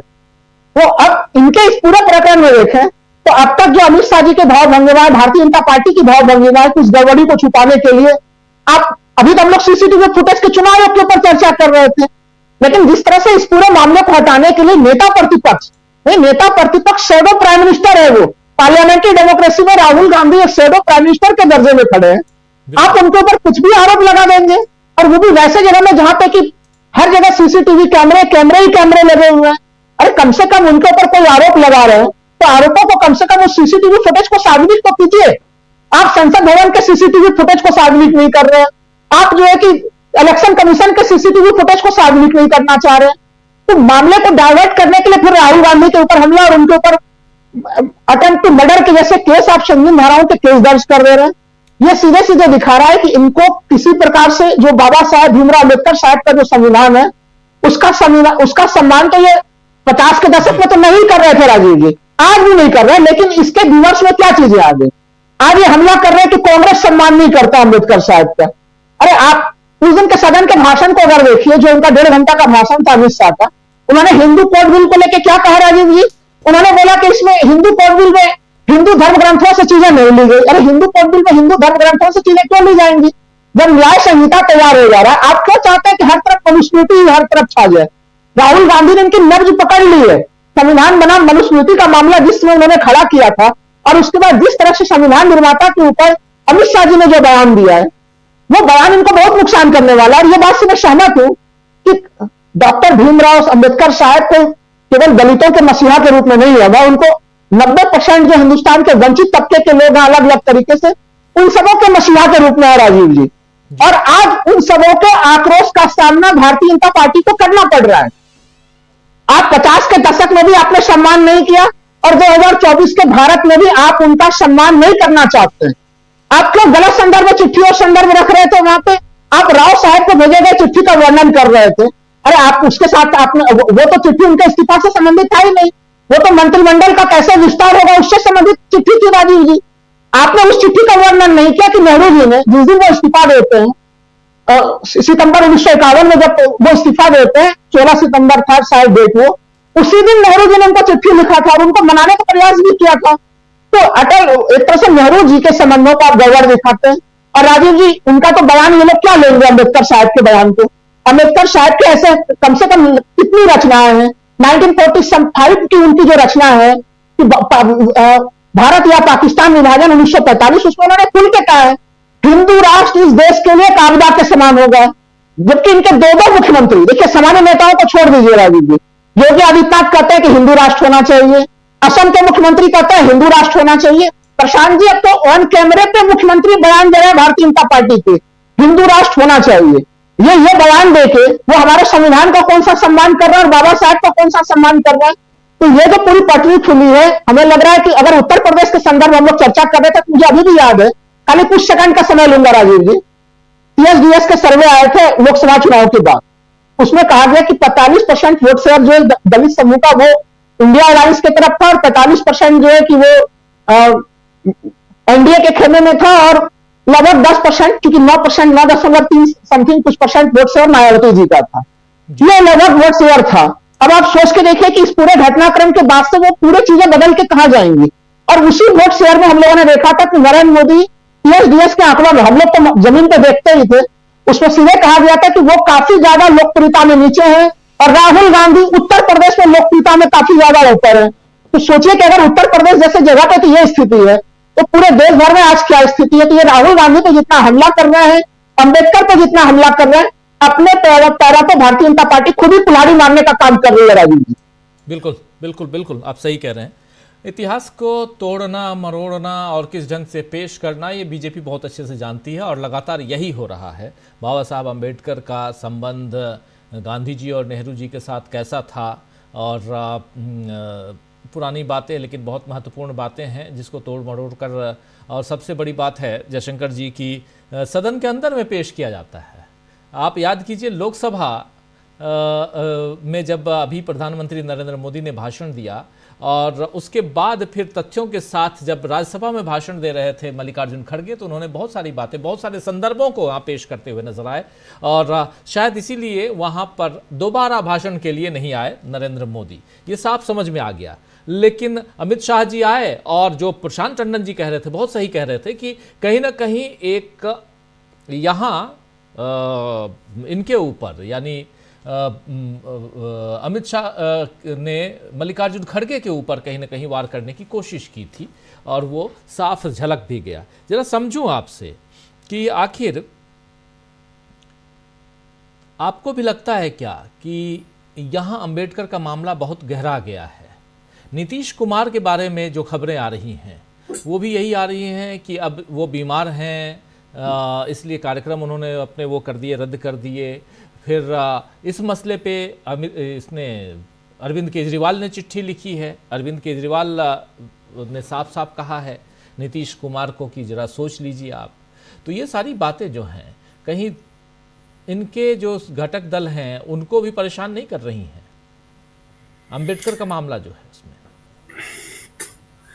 देखिए राजीव जी, जो भारतीय जनता पार्टी के सहयोगी हैं या सहयोगी दल हैं, उनका इस्तेमाल भर जानती है करना बीजेपी। उनका इस्तेमाल कर लेती है जब तक जितना इस्तेमाल होता है, और उसके बाद धीरे धीरे उनकी हैसियत इतनी कमतर कर देती है कि वो इस लायक में रह जाते हैं कि कुछ कह सके, कुछ कर सके। महाराष्ट्र में दिखाई दे रहा है साफ साफ, मुख्यमंत्री बनने के लिए दावेदारी कर रहे थे, कभी घर चले जा रहे थे, कभी बीमार हो जा रहे थे, कभी कुछ कर रहे थे। एकनाथ शिंदे जी क्या हुआ, गृह मंत्रालय भी नहीं मिला, 2-3 मंत्रालय ऐसे ही दे दिए उनको। क्योंकि भारतीय जनता पार्टी ने अब उनको इस हालत में पहुंचा दिया है कि अगर वो बाहर भी जाते हैं तो भी उसी सरकार चलेगी भाजपा की, कोई बहुत बड़ा फर्क नहीं पड़ेगा। वही हालत आज बिहार में नीतीश कुमार की भी हो गई है, चूंकि नीतीश कुमार इतनी बार पलटी मारते रहे हैं कि अब उनकी कोई क्रेडिबिलिटी उस ढंग से रह नहीं गई है। अगर मान लीजिए कल को वो अलग होने की बात करेंगे भी तो मुझे नहीं लगता कि इस बार वो सारे के सारे अपने जनता दल यू के विधायकों को भी लेकर के बाहर चले जाएं। उनके अंदर, पार्टी के अंदर जो विधायक दल है उसमें हो सकता है कि भाजपा उसी में से तोड़फोड़ करवा देगी, उसी में तोड़फोड़ करके अपना मुख्यमंत्री बना लेगी, कहेगी चलिए हम चुनाव लड़ते हैं, अब आपसे हमारा कोई संबंध नहीं रहेगा। और फिर उपेंद्र कुशवाहा और जो चिराग पासवान, इन सब लोगों को लेकर के अपना एक नया बना सकती है। इस बात का इल्हाम नीतीश कुमार को भी है, लेकिन अब नीतीश कुमार आज की हालत में बहुत उस ढंग से नहीं रह गए हैं। एक तो उनका स्वास्थ्य भी ठीक नहीं है, दूसरा यह है कि विपक्ष का खेमा भी उनको उस ढंग से स्वीकार करने के मूड में नहीं दिखाई देता है जैसे पहले कभी होता था कि कांग्रेस या आरजेडी के लोग जिस ढंग से हाथों हाथ उनको उठा लेते थे, तब वो हालत भी नहीं रह गई है। तो इस ऐसी हालत में अब क्या करते हैं क्या नहीं करते हैं, हालांकि वो भी काफी अपने इस मामले में तो खिलाड़ी आदमी है कि कुछ ना कुछ तो कर ही सकते हैं, कुछ नहीं तो भाई अगर जनता दल यू ने फैसला कर लिया तो मोदी जी की सरकारें खत्म पड़ जाएगी। विधायक दल में जो होगा होगा, नहीं होगा, लेकिन यहाँ से तो गड़बड़ा जाएगा ना खेल। तो ये बात है, और वो कर दिया तो फिर हो सकता है कि शिंदे जी को भी प्रेरणा मिल जाए। चंद्रबाबू नायडू की हालत भी ऐसे ही दिखाई दे रही है, बार बार उनका भी आता ही रहता है। तो ये पूरी एक ऐसी बैसाखियां हैं जो काफी अंदर से खोखली हो चुकी हैं। उन बैसाखियों के सहारे ये सरकार चल रही है, चलाई जा रही है। तो ऐसे में जो है इनकी परेशानी बढ़ेगी, बढ़ रही है। चिंतित ये लोग हैं, लोग, इसमें कहीं दो राय नहीं है।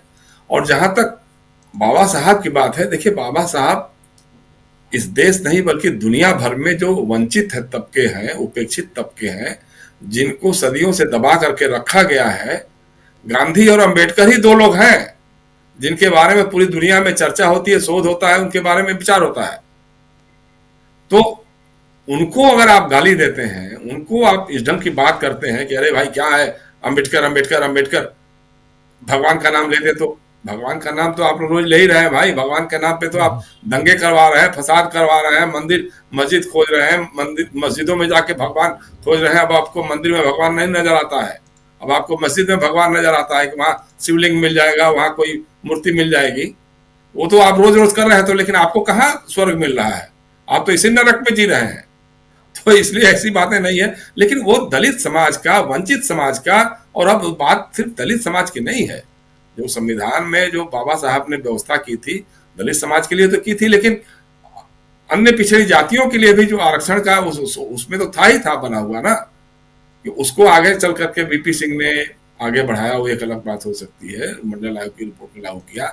लेकिन आज का दलित समाज और पिछड़ी जातियों के लोग या आदिवासी मानते हैं कि अगर बाबा साहब अंबेडकर नहीं होते, संविधान में उन्होंने हमको बराबरी का दर्जा नहीं दिया होता, हमको अपनी बात करने का अधिकार नहीं दिया होता, तो आज हम कहां होते जहां सदियों पहले थे जी। और ये हिंदू राष्ट्र की बात जो करते हैं, ये देखिए वो तो संजोग होता है ना कि भाई अंगूर खट्टे हो गए तो क्या करें लोग जी। जब उम्मीद तो यही लगा के बैठे थे कि 350-400 सीटें हम जीत करके ले आएंगे 2024 के चुनाव में, और 2025 में राष्ट्रीय स्वयंसेवक संघ का जब 100 साल पूरा होगा तो उसको एक तोहफा देंगे कि देखो हिंदू राष्ट्र है, ये लीजिए आज हमारा हिंदू राष्ट्र है।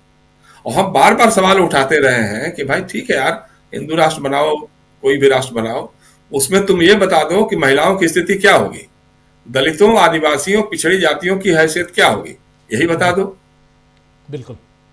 और आज आपने बता दिया, आज आपने दलितों का, भाई दलित समाज में या उपेक्षित और वंचित तबकों में बाबा साहब अम्बेडकर को भगवान से भी मानते हैं कि वो यही हमारा भगवान है।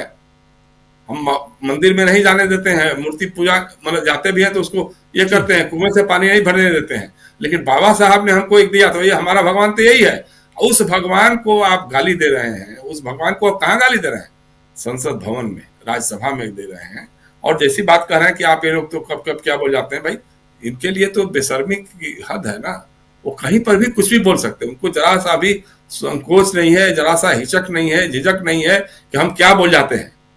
भाई आप देखो ना कि इसी लोकसभा में हमारे प्रधानमंत्री ने कहा था ना कि साहब वो शिमला समझौता बेनजीर भुट्टो और इंदिरा गांधी के बीच में हुआ था। जी, तो आज तक कभी कहा क्या कि हमारे मुंह से इतिहास को तक्षशिला लेके गए थे। तक्षशिला तो वो तो खैर पब्लिक मीटिंग में कहा उन्होंने, वो तो पटना की सभा में हम थे, उस सभा में संजोग की बात है। उसमें उन्होंने कहा था कि साहब वो इसी बिहार के तक्षशिला और नालंदा विश्वविद्यालय, वहीं पे कह दिया उन्होंने कि साहब गुप्त वंश के चंद्रगुप्त, और यहां तक कहा कि साहब वो सिकंदर का दीने इलाही का बेड़ा यही पटना के पास आवे गंगा में डूबा था। अब आप समझिए, इतिहास तो अब यही लिखा जाएगा। हम तो जो इतिहास जानते हैं कि साहब चंद्रगुप्त मौर्य वंश के थे और तक्षशिला पाकिस्तान में है, और दूसरा ये कि सिकंदर जो है वो सतलज के इस पार आया ही नहीं था, और दीने इलाही कोई बेड़ा नहीं था, वो अकबर का शुरू किया हुआ एक धार्मिक सेक्ट था। तो इस तरह की तो बहुत बातें, मतलब उनको जरा भी शर्म लिहाज नहीं होती है, जरा सा संकोच नहीं होता है। एक बार भी इन्होंने कभी नहीं कहा कि नहीं साहब हमारे जबान फिसल गई थी, या हमको जो भाषण लिख के दिया था उसने गलत लिख के दे दिया था, वही हम पढ़ गए थे, या हम अपने जो विश्वगुरु हमारी जो सोच है, हमारी जो पढ़ाई है उसके हिसाब से हम बोल गए थे, कभी नहीं कहते हैं। तो जो आदमी पार्लियामेंट में इस तरह की बात बोल सकता है, जब प्रधानमंत्री कह सकते हैं कि दरभंगा में एम्स चालू हो गया, अब एम्स तो अभी वहां जमीन भी नहीं ली गई थी और एम्स चालू हो गया, और शिमला समझौता इंदिरा गांधी और बेनजीर भुट्टो के बीच में हो गया, तो उसमें अगर अमित शाह जी कह देते हैं कि क्या रट लगा रखी है, फैशन बन गया है अम्बेडकर अम्बेडकर अम्बेडकर, इतना नाम अगर इतनी बार भगवान का नाम, ये बात किसको कह रहे हैं? मल्लिकार्जुन खड़गे को कह रहे हैं। मल्लिकार्जुन खड़गे राज्यसभा में विपक्ष के नेता हैं, दलित समाज के बहुत बड़े नेता हैं, दलित परिवार से आए हैं, उनको आपने लक्ष्य करके अम्बेडकर साहब को गाली दी। ये पाप जो किया हमने, राजनीतिक पाप जो किया है, और उसको छिपाने के लिए आपने संसद के प्रवेश द्वार पे बेवजह का ये कराया।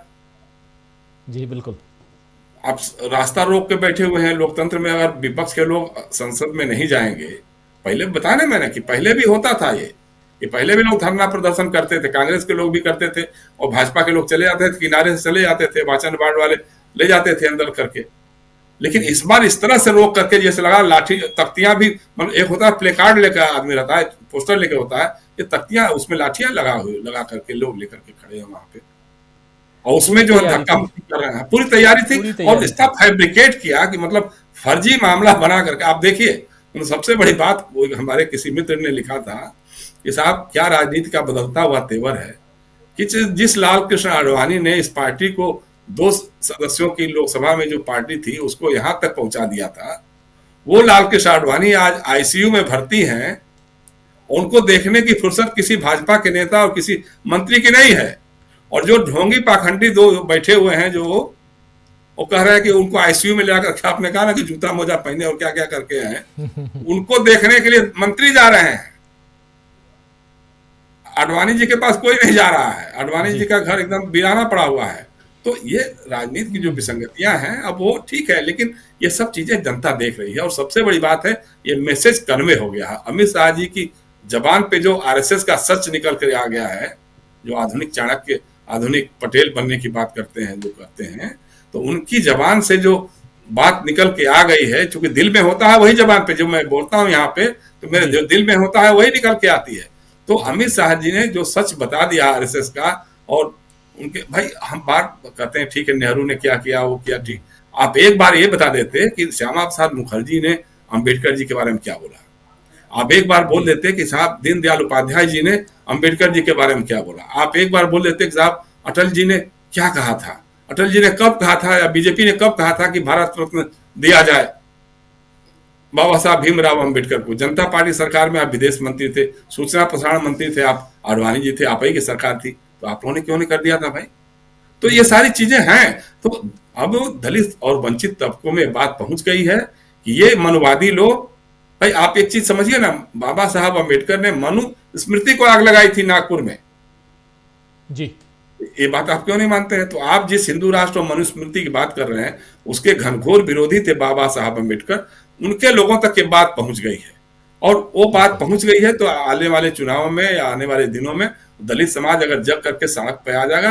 अच्छा, मायावती जी की बात 1 मिनट में, 2 मिनट जी में, जल्दी, 2 सेकंड में समय ज्यादा हो गया जी, जी। हाँ, समय ज्यादा हो गया है। मायावती जी वही बोलती हैं, नपातुला बोलती हैं जो उनसे बोलने की जितनी इजाजत होती है। ईडी, सीबीआई, इनकम टैक्स का चाबुक उनके साथ खड़ा रहता है कि भाई इस हद तक आप बोल सकते हैं, उसके आगे नहीं बोल सकती हैं। ये उनकी हालत हो गई है। जो राजनीति जिस मुकाम पे कांसीराम जी ले गए थे, मास्टर कांसीराम जी, मान्यवर कांसीराम जी, जिस दलित समाज को जगा करके उन्होंने कहां से कहां पहुंचा दिया था, वो उनको दूसरे अम्बेडकर के रूप में देखने लगे थे, लेकिन उनकी विरासत को मायावती जी ने दौलत के रूप में बदल दिया। आज उनकी दौलत की चर्चा होती है, आज उनके विचारों की, उनके संघर्ष की चर्चा नहीं होती है। तो इसीलिए उनकी एक लिमिट है, उस लिमिट से आगे वो नहीं बोल सकती हैं। ठीक है जी, नमस्कार, धन्यवाद। जी नहीं, बहुत इंपॉर्टेंट बात आप कह रहे हैं कि जहां